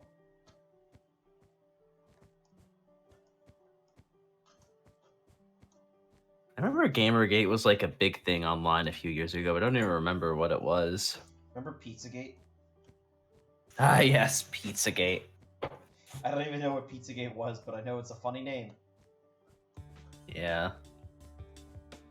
I think Pizzagate was like the idea that Hillary Clinton and her friends were operating like a secret pedophile sex ring out of the basement of a pizza place. What the fuck? Wouldn't surprise me given the way people tend to use like businesses for shit. Look, man. People, you let people like roam amongst themselves online and they come up with crazy theories. Like the idea that the United States was actually secretly replaced by a corporation in 1871. What happened in 1871 that was so significant? I'm not even sure. But it's part of the sovereign citizen theory. Oh god, that's insane.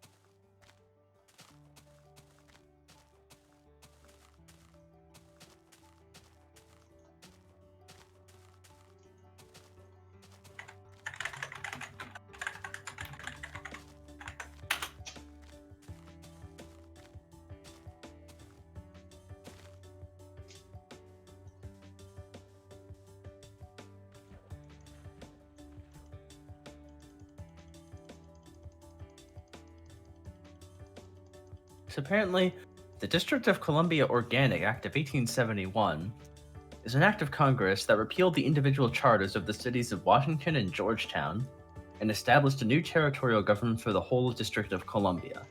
Though Congress repealed the territorial government in 1874, the legislation was the first to create a single municipal government for the federal district. Huh. Interesting. And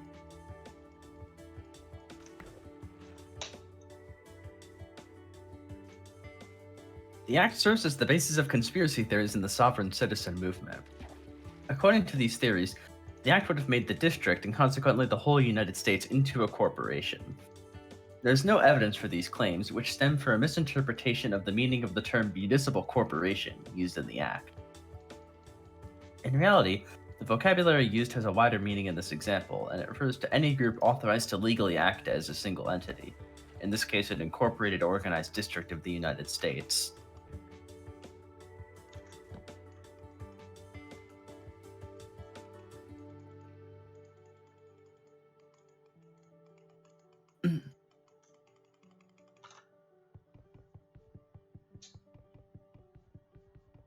And this conspiracy theory was also recently revived by QAnon, who claimed that Trump would be sworn in as the 19th president of the United States on March 4th, 2021. What the fuck? That's so weird.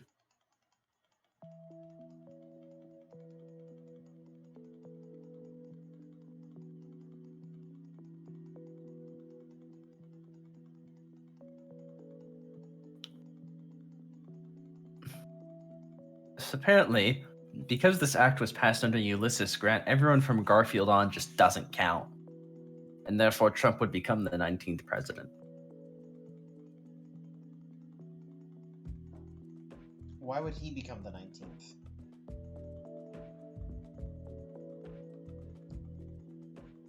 Because he actually won the election. And he's becoming president on March 4th because that was the old inauguration date. You mean yesterday? Yeah.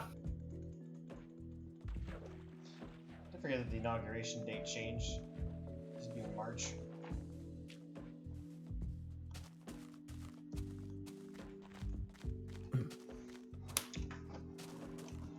To be honest, I'm not convinced that there's like actually any significant amount of people that believe in this QAnon shit. It's the media is just taking like some random people trolling on 4chan and Facebook and completely blowing it out of proportion. There's somebody on my ship who buys into that stuff.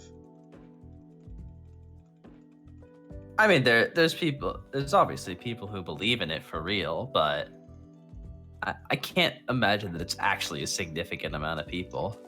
Nah, I don't necessarily think so either. I think it's the amount of it is blown up. Yeah. There's going to be true believers of any theory, no matter how ridiculous, but... You mean like flat moon theory? Yeah.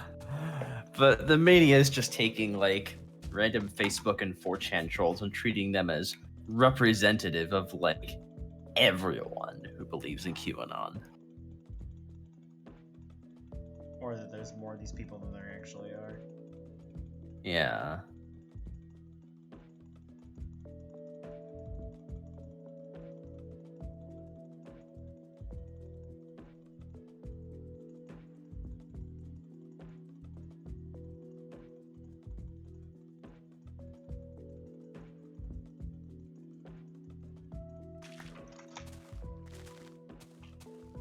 Yeah, sovereign citizens are funny. They think that, like, because government draws its powers from the consent of the people, all laws must be applied through some form of consent, and therefore you have the right to reject the rule of government wholesale and act as your own sovereign. And therefore all laws that everyone follows must actually be a contract of some fine print that the people have never bothered to read. But if you just learn the magic words, you can opt out of everything.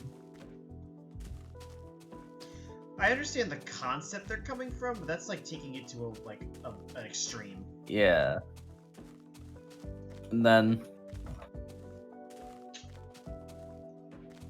this generally turns into some form of all laws apply to corporations, and the government has leveraged either maritime law to apply to citizens, or the government itself is a corporation that forms corporations based on all citizens at birth.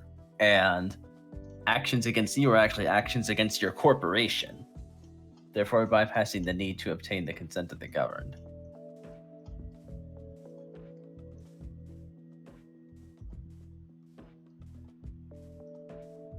And of course, the farther down you go in the rabbit hole, the more complicated it gets. Yeah.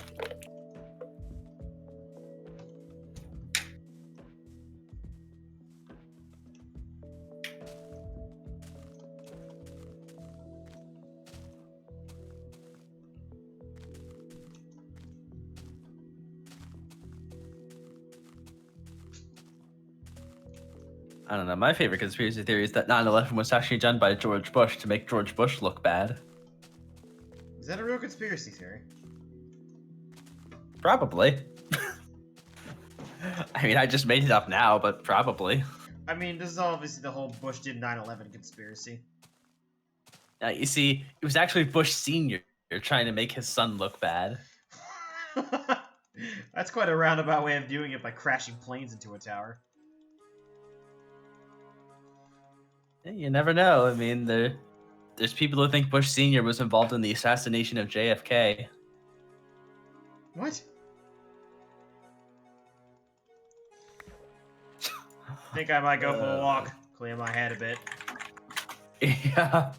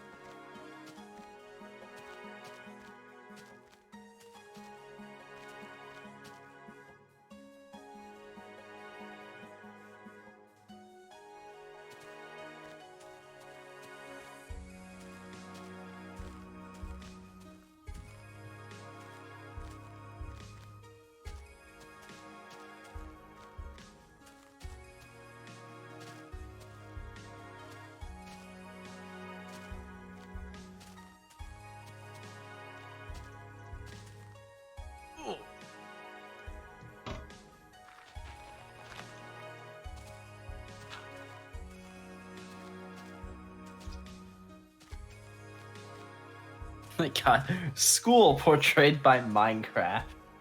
No. So, the teacher saying the test will be easy is fighting off a couple zombies with a diamond sword. The actual test is the Wither. The Wither isn't even that hard. It is if you're not prepared for it. I guess I always prepare for it. That's why it's easy. Yeah. It's just a matter of hitting enough times till it died.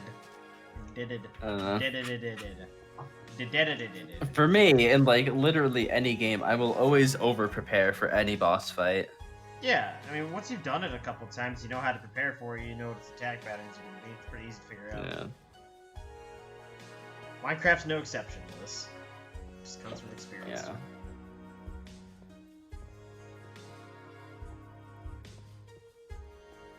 Cheating the test is fighting the Wither in creative mode. That's pretty funny.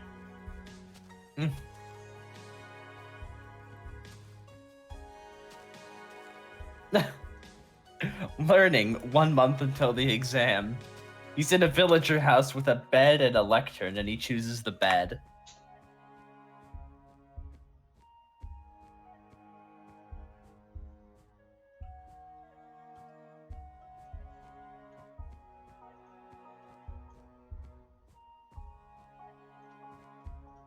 One week until the exam, he inches closer to the lectern, but still chooses the bed. One day until the exam, the entire house is filled with lecterns.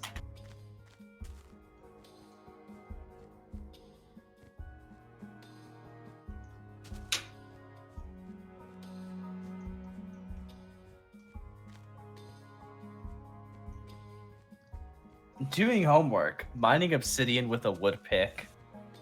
Ugh. Doing an extra essay, mining bedrock with a wood pick.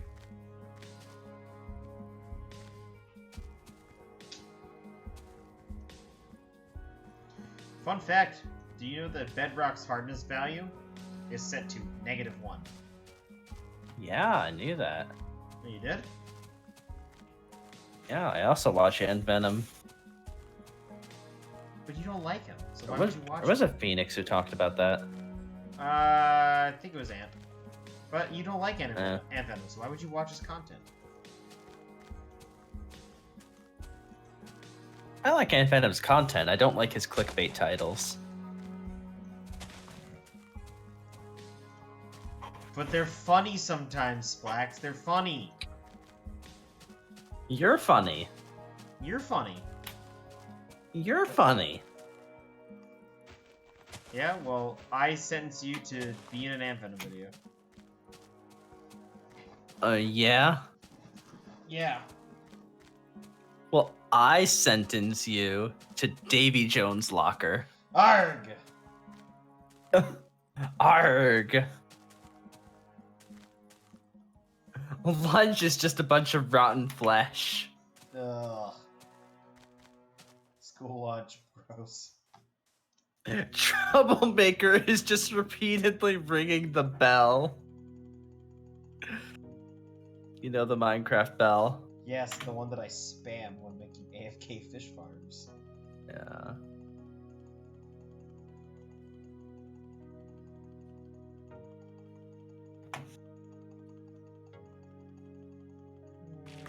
Let's see.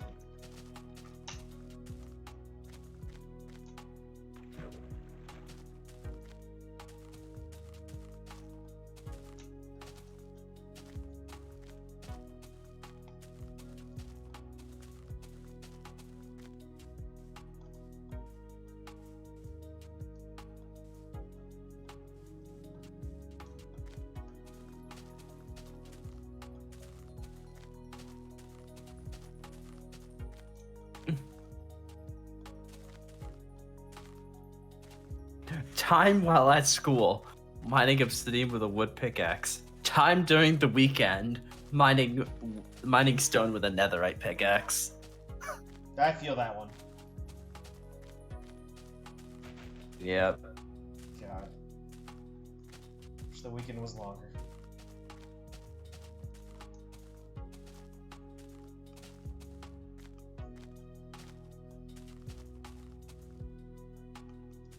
it's weird. Like days. The days themselves are slow, but time overall is fast. It's very strange. Yeah.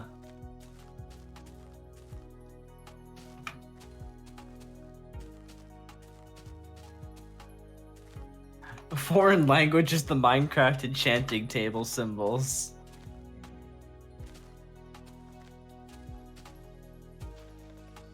Are you fluent in enchanting table? Yeah. That is the standard galactic alphabet, Splax. No, it's Minecraft enchanting table. That's not where it comes from, though. Yes, it is. No, it isn't.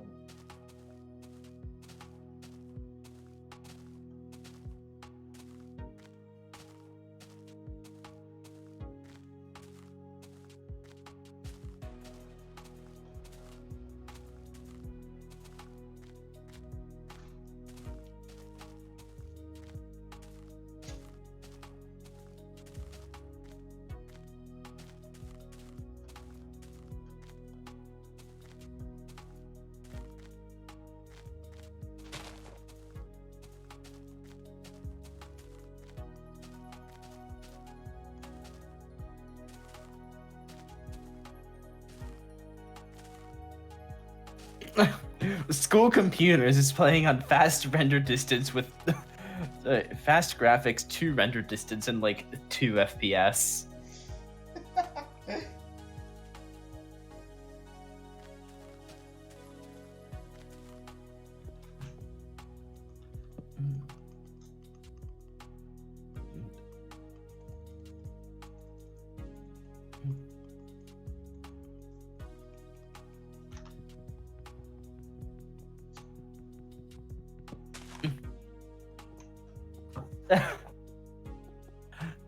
Summer break is staring at a painting for 10 seconds and then the summer's over.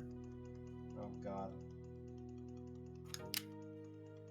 The painting is supposed to represent a computer screen. Your computer screen. No, you. No. No me. No you? No me. No! No, me! No! No! We're dumb. Well, you know what? I may be dumb, but I'm also stupid.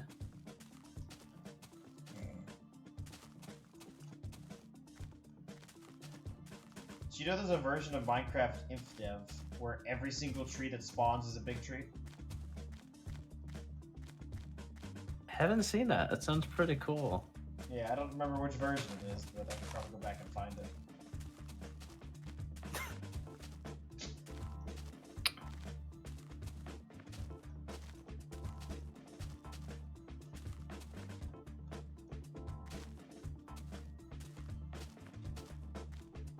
Alright, Mystic is deafened, so it's time for a few political compass memes. Based. And cringe. So this is a lib-right woman talking to a lib-left woman talking to a lib-right man. Want to see my boobs for free? Sure. Maybe you'd also like some free healthcare. Get the fuck out of my face, commie. Not even simping will convince them, right? Splax, we're on Twitch. What if my tiny insignificant channel gets banned? Yeah.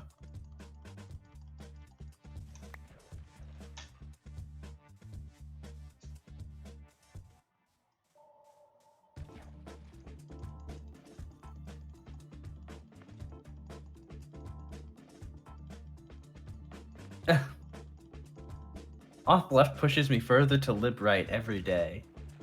No, you have to read 30,000 books on communist theory. I can't focus on one task for more than 10 minutes. Then with lib right, fuck the government? Fuck the government.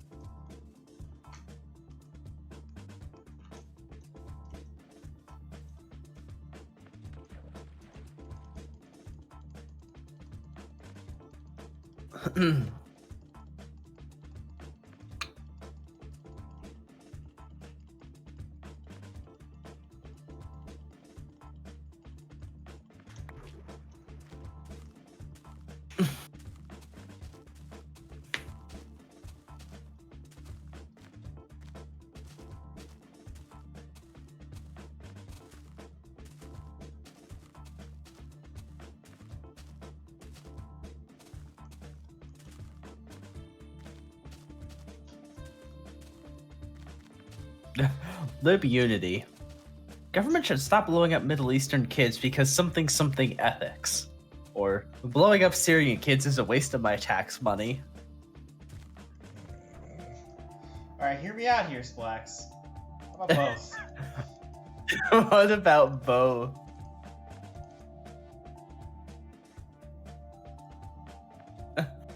My parents, when they check my Reddit and see political compass memes, the colors, what do they mean? The colors, what do they mean? Is that like one of those meta posts? Yeah.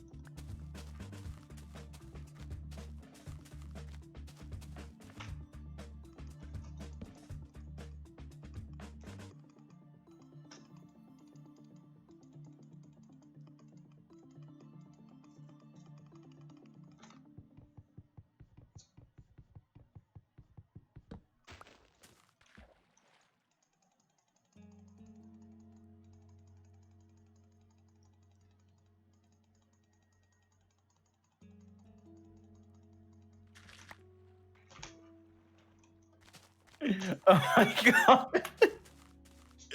Okay, hold on. You have to see this meme.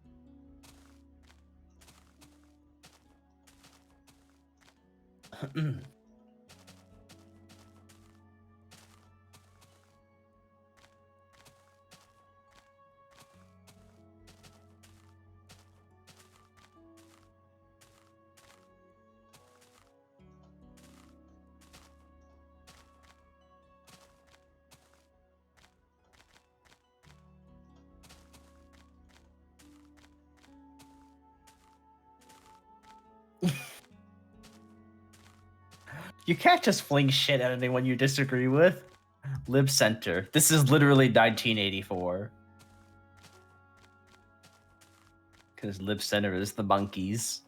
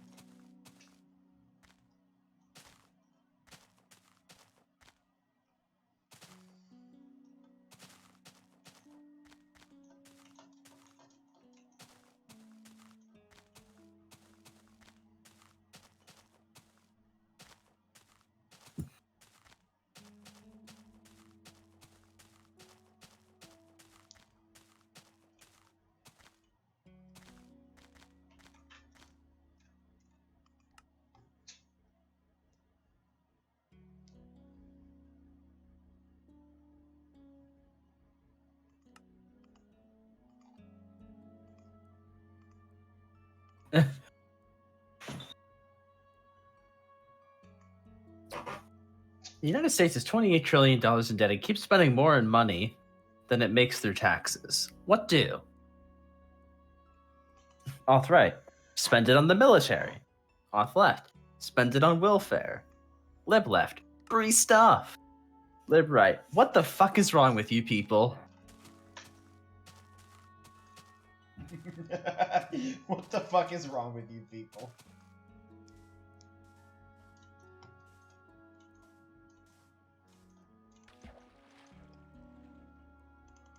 The fucking auths put borders around their quadrants. Did they really?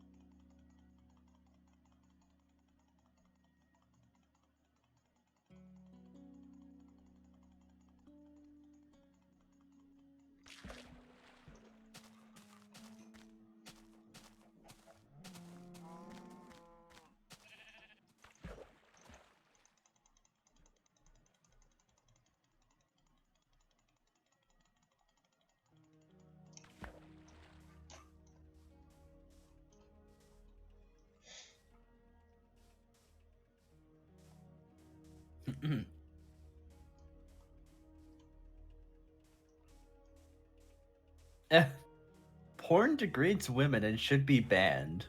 Lib left and auth right both strongly agree.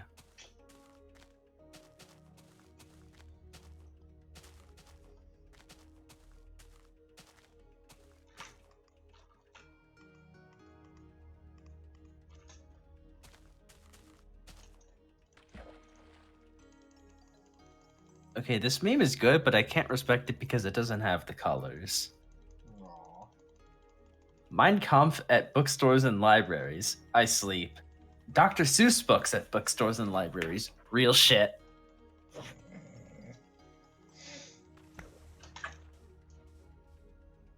It is good though because it uses Squidward. What? Look at it. Yeah.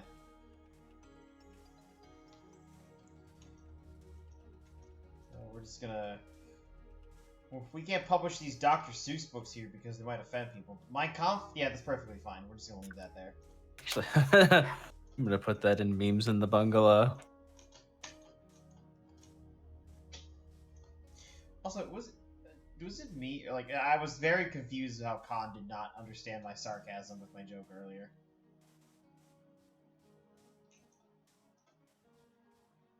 I think Khan just has a hard time understanding sarcasm in general. Yeah, I'm just like, what? Like, why would I do that? Like, it was clearly a joke done in jest.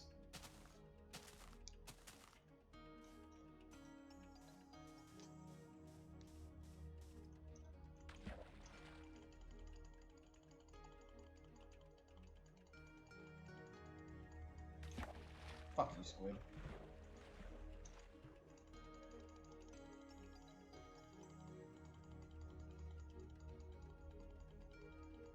Like, kind of like how Joko just has like a really hard time reading a room and understanding when he's going too far. Khan just has like a really hard time understanding sarcasm and staying on topic. That's autism for you. Yeah.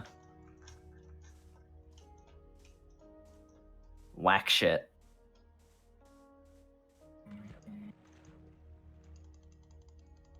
I definitely feel bad for Joko because, like, I don't think it's his fault. Yeah.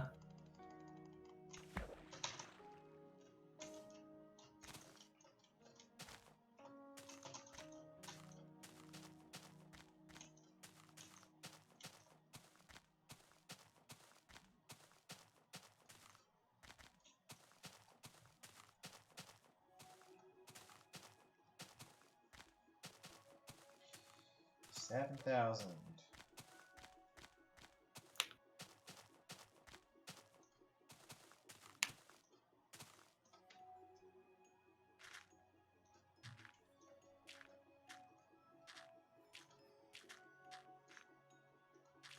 Fucking off left equally distributed their quadrant. There's just like a little bit of off left in every quadrant.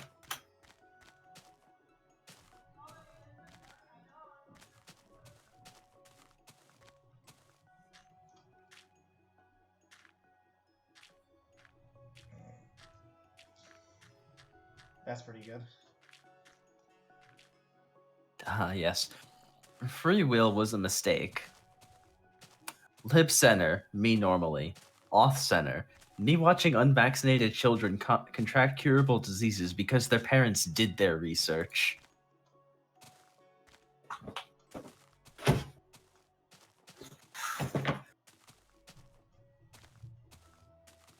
Oh yeah, sort of related to that. I thought it was like really funny and also really infuriating how the media is like simultaneously pushing the narrative of like, why aren't more Black and Hispanic people getting the COVID vaccine? This is horrible. And also, it's okay to be an anti-vaxxer if you're Black or Hispanic. Huh?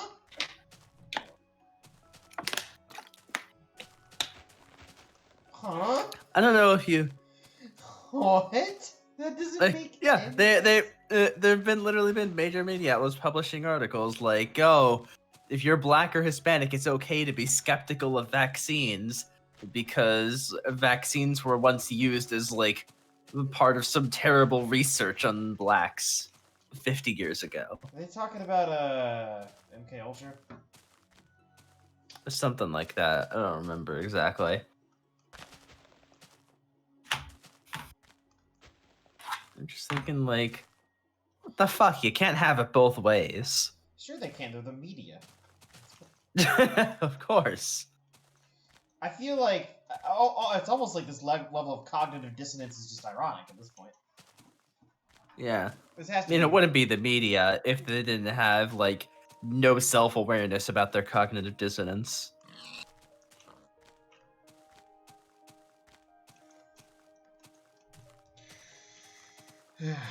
Imagine having the equivalent intelligence of a rock. Yeah.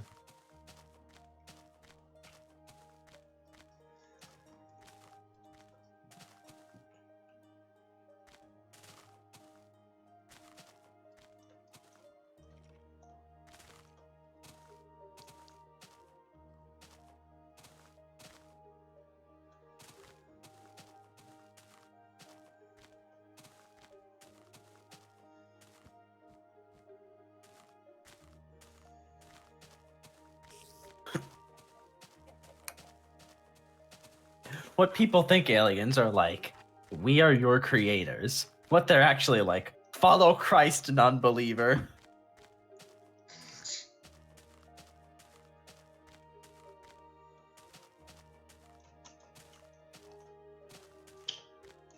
Oh my God. You know that fucking futuristic society meme? Yeah.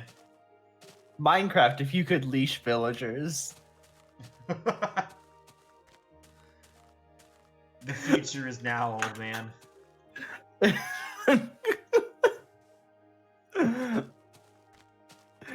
Oh, this is so good.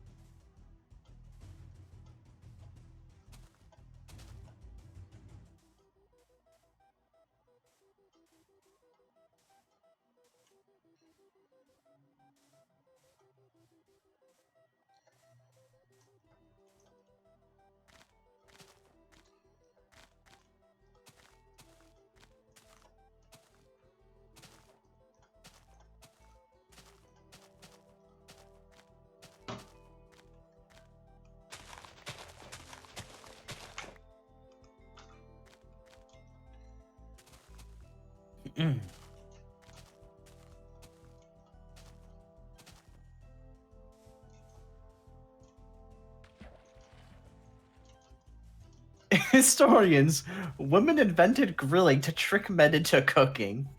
Fuck it, I'm off right now.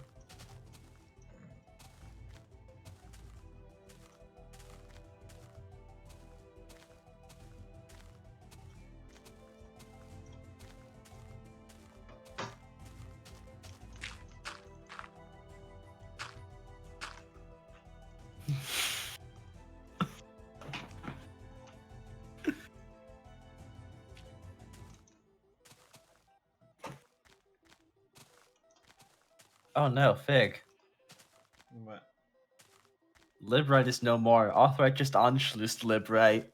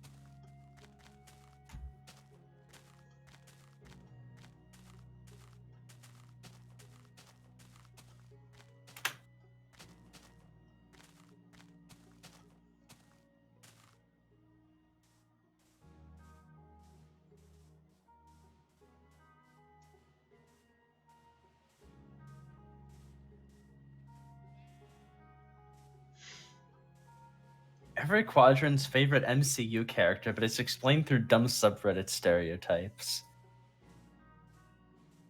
So Authorite is White Vision. He's white. That's it. That's the joke. Off left, Red Guardian, created for Soviet propaganda. Lib left, Flag Smasher. No flags or countries, played by a minority. And Lib right is Based Iron Man, who successfully privatized world peace.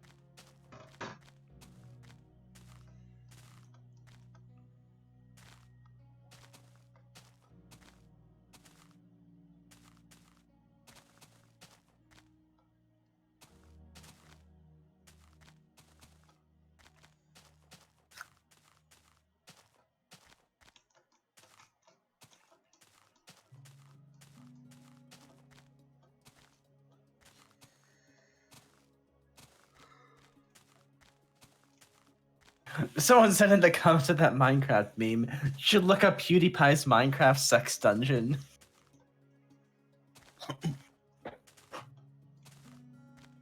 I don't know what that is, and I'm not about to find out. Go look it up. He said go do it.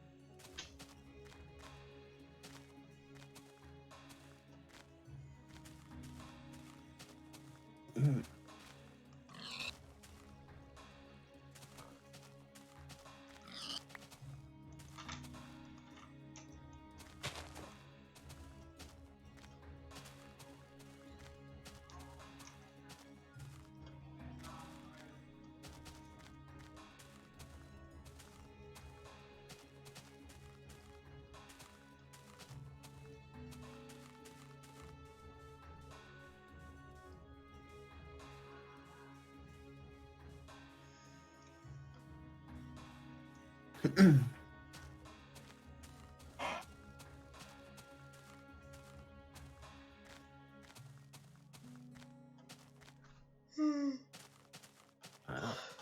just reading about Voltaire's new nightmare.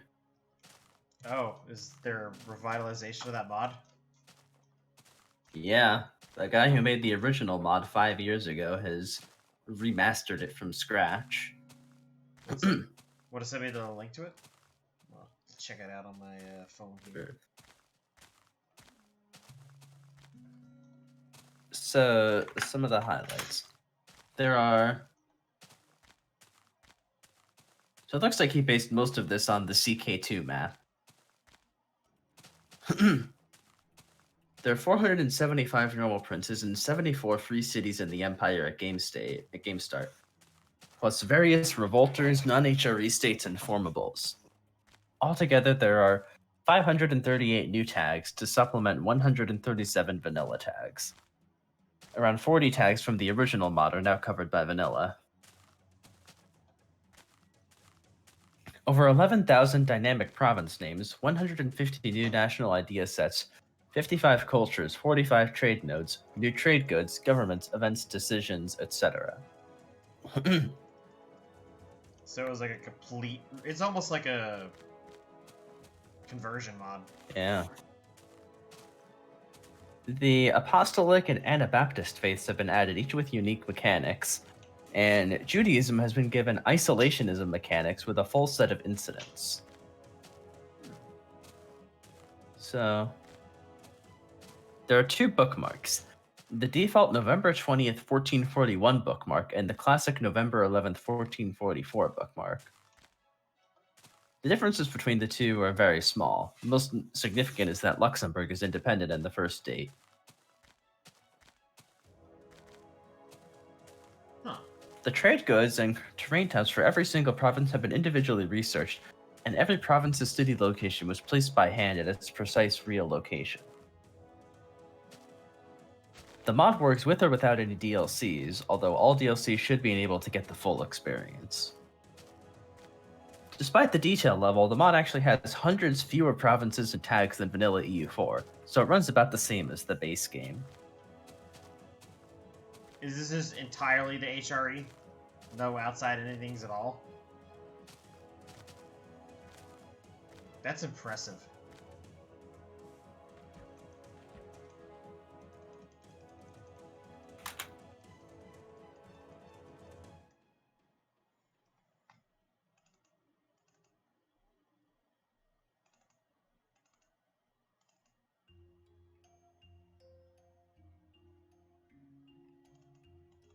Splax? Yeah? What's Sent the... you a screenshot. Oh, why did I not get the notification?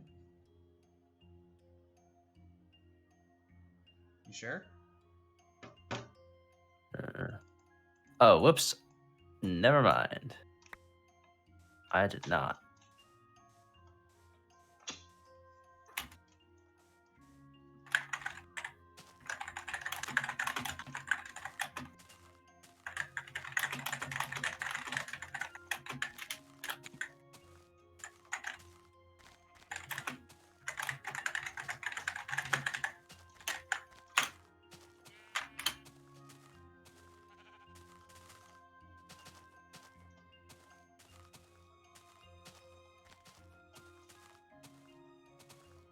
Hold on. There we go. Whoa. This looks really precise. I forgot that you weren't at the top of my DMs, and I just accidentally sent both of those to JT. Oh, well, I hope he appreciates them. This looks very similar to the original mod, like, how the original mod, like, was. Where it was just that, rather what it became later on, which was, you know, all of Europe. Although I do like that version of the mod, that was quite nice. It felt like playing just a game of EU4, but in Europe only. Yeah.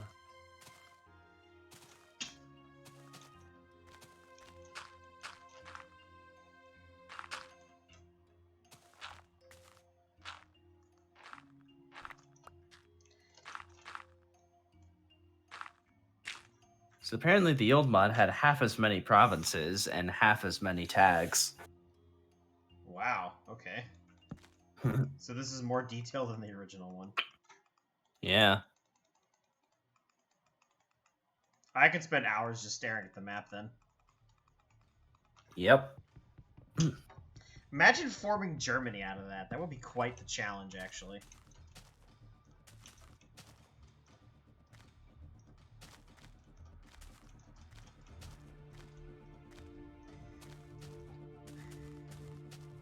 Even though it's been out of date for years, his inspiration for making this was Iaponia Universalis. Oh, I've heard of that one. This is the one that's this the one that's just Japan. Yeah. I think Japan works good in that setting because it's an island. Yeah. It's completely isolated. And apparently he only got a few hundred provinces in, but he started making a mod in this style for the North American natives. God. This legit looks like an actual map.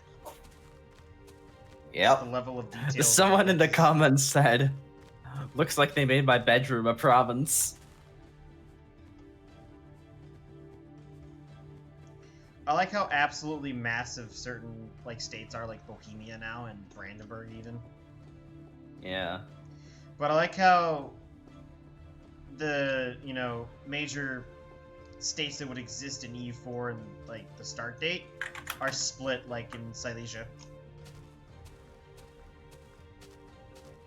Yeah. Oh, boo, there's no East Prussia.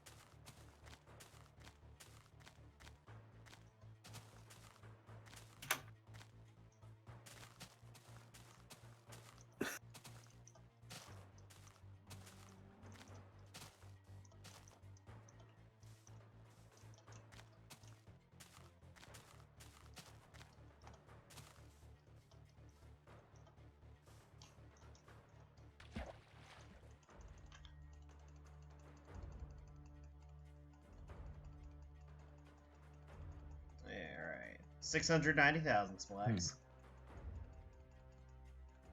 Yeah.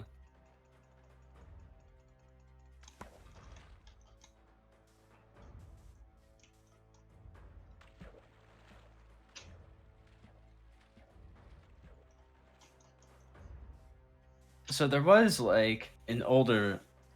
there was a version of the original mod that was expanded to include like basically all of Europe. Yeah, that's the version. But that required I think we played that version, but that required sacrificing the huge amount of detail that the mod was originally intended to be made with. Yeah. So, I know it's not possible because of the limits of just computing, but imagine a map of that detail on all of Europe.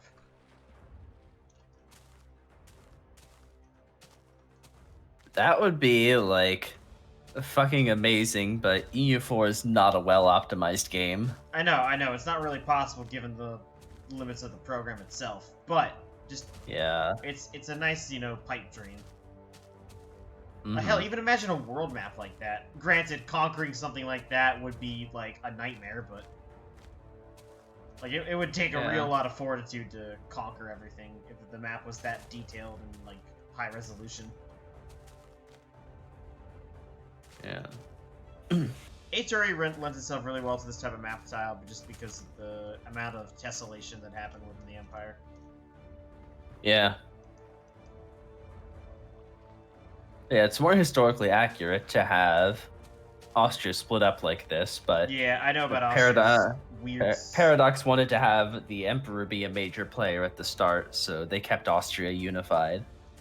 Yeah, I know about Austria and Styria.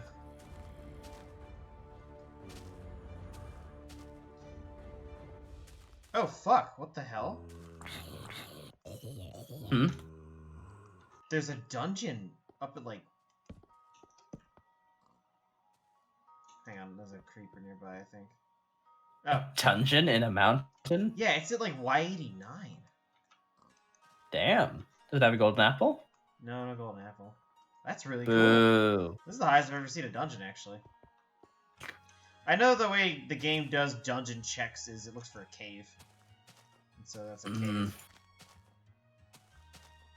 That's a really high dungeon. Like, honestly, if you found that at, like, near the beginning of your game, like, that'd make a cool, like, starter base. Yeah.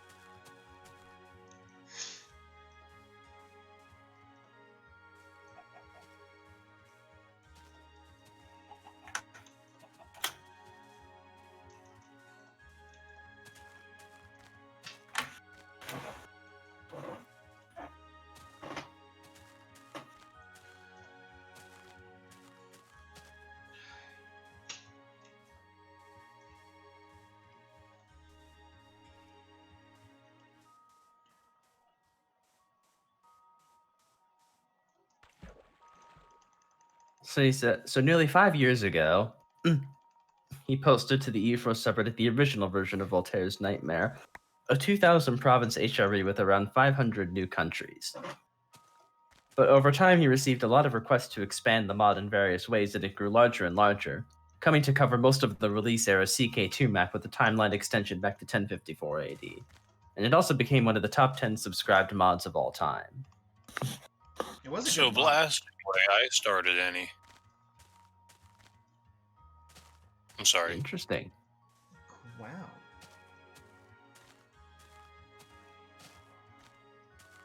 How are we doing? Good. I'm very nearly there. Wow. Why didn't you ping everybody? It's big news. I meant to my stopping point, man. Why didn't you ping everybody? That's big news. No one stopped to the corner, man. Dude, imagine if I pinged everyone every time I stopped streaming. That'd be so annoying. Hey, everyone, I'm done streaming for tonight. Thanks for watching. Thanks You for used watching. to ping us every time you started. The stream cord is like, sometimes it works, sometimes it doesn't. Sometimes it sends out double pings for no reason. No, I mean like you pinging us to come and join you in the voice chat. Oh, yeah, I stopped doing that. Mainly because this week I wanted to just chill with music a couple hours before I get into VC. Which is normally Music? what Who's she? Music.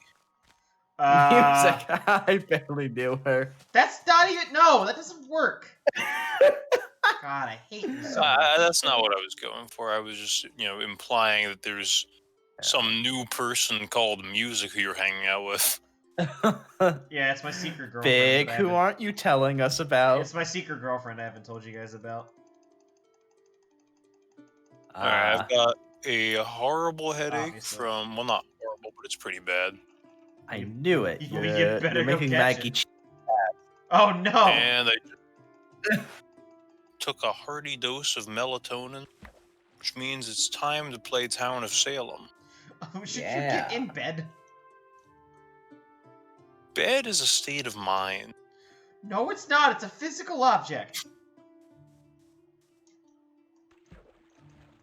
Is a Minecraft bed a physical object? Yes. Is it? It takes up bytes in memory, therefore it's a physical object. It sounds like you're describing a computer's state of mind. Ah!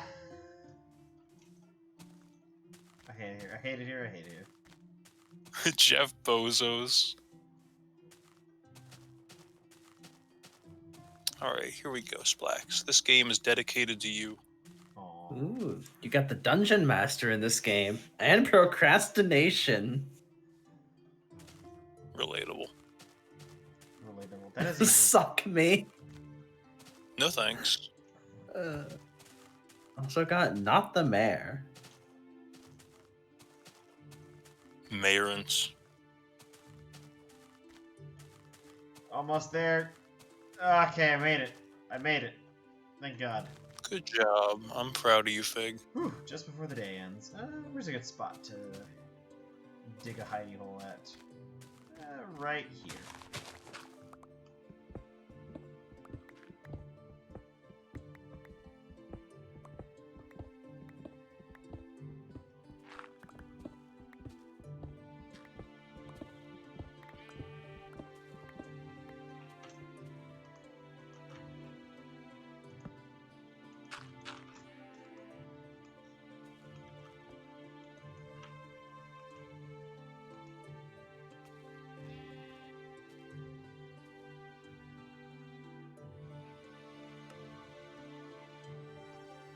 And as always, thanks for watching.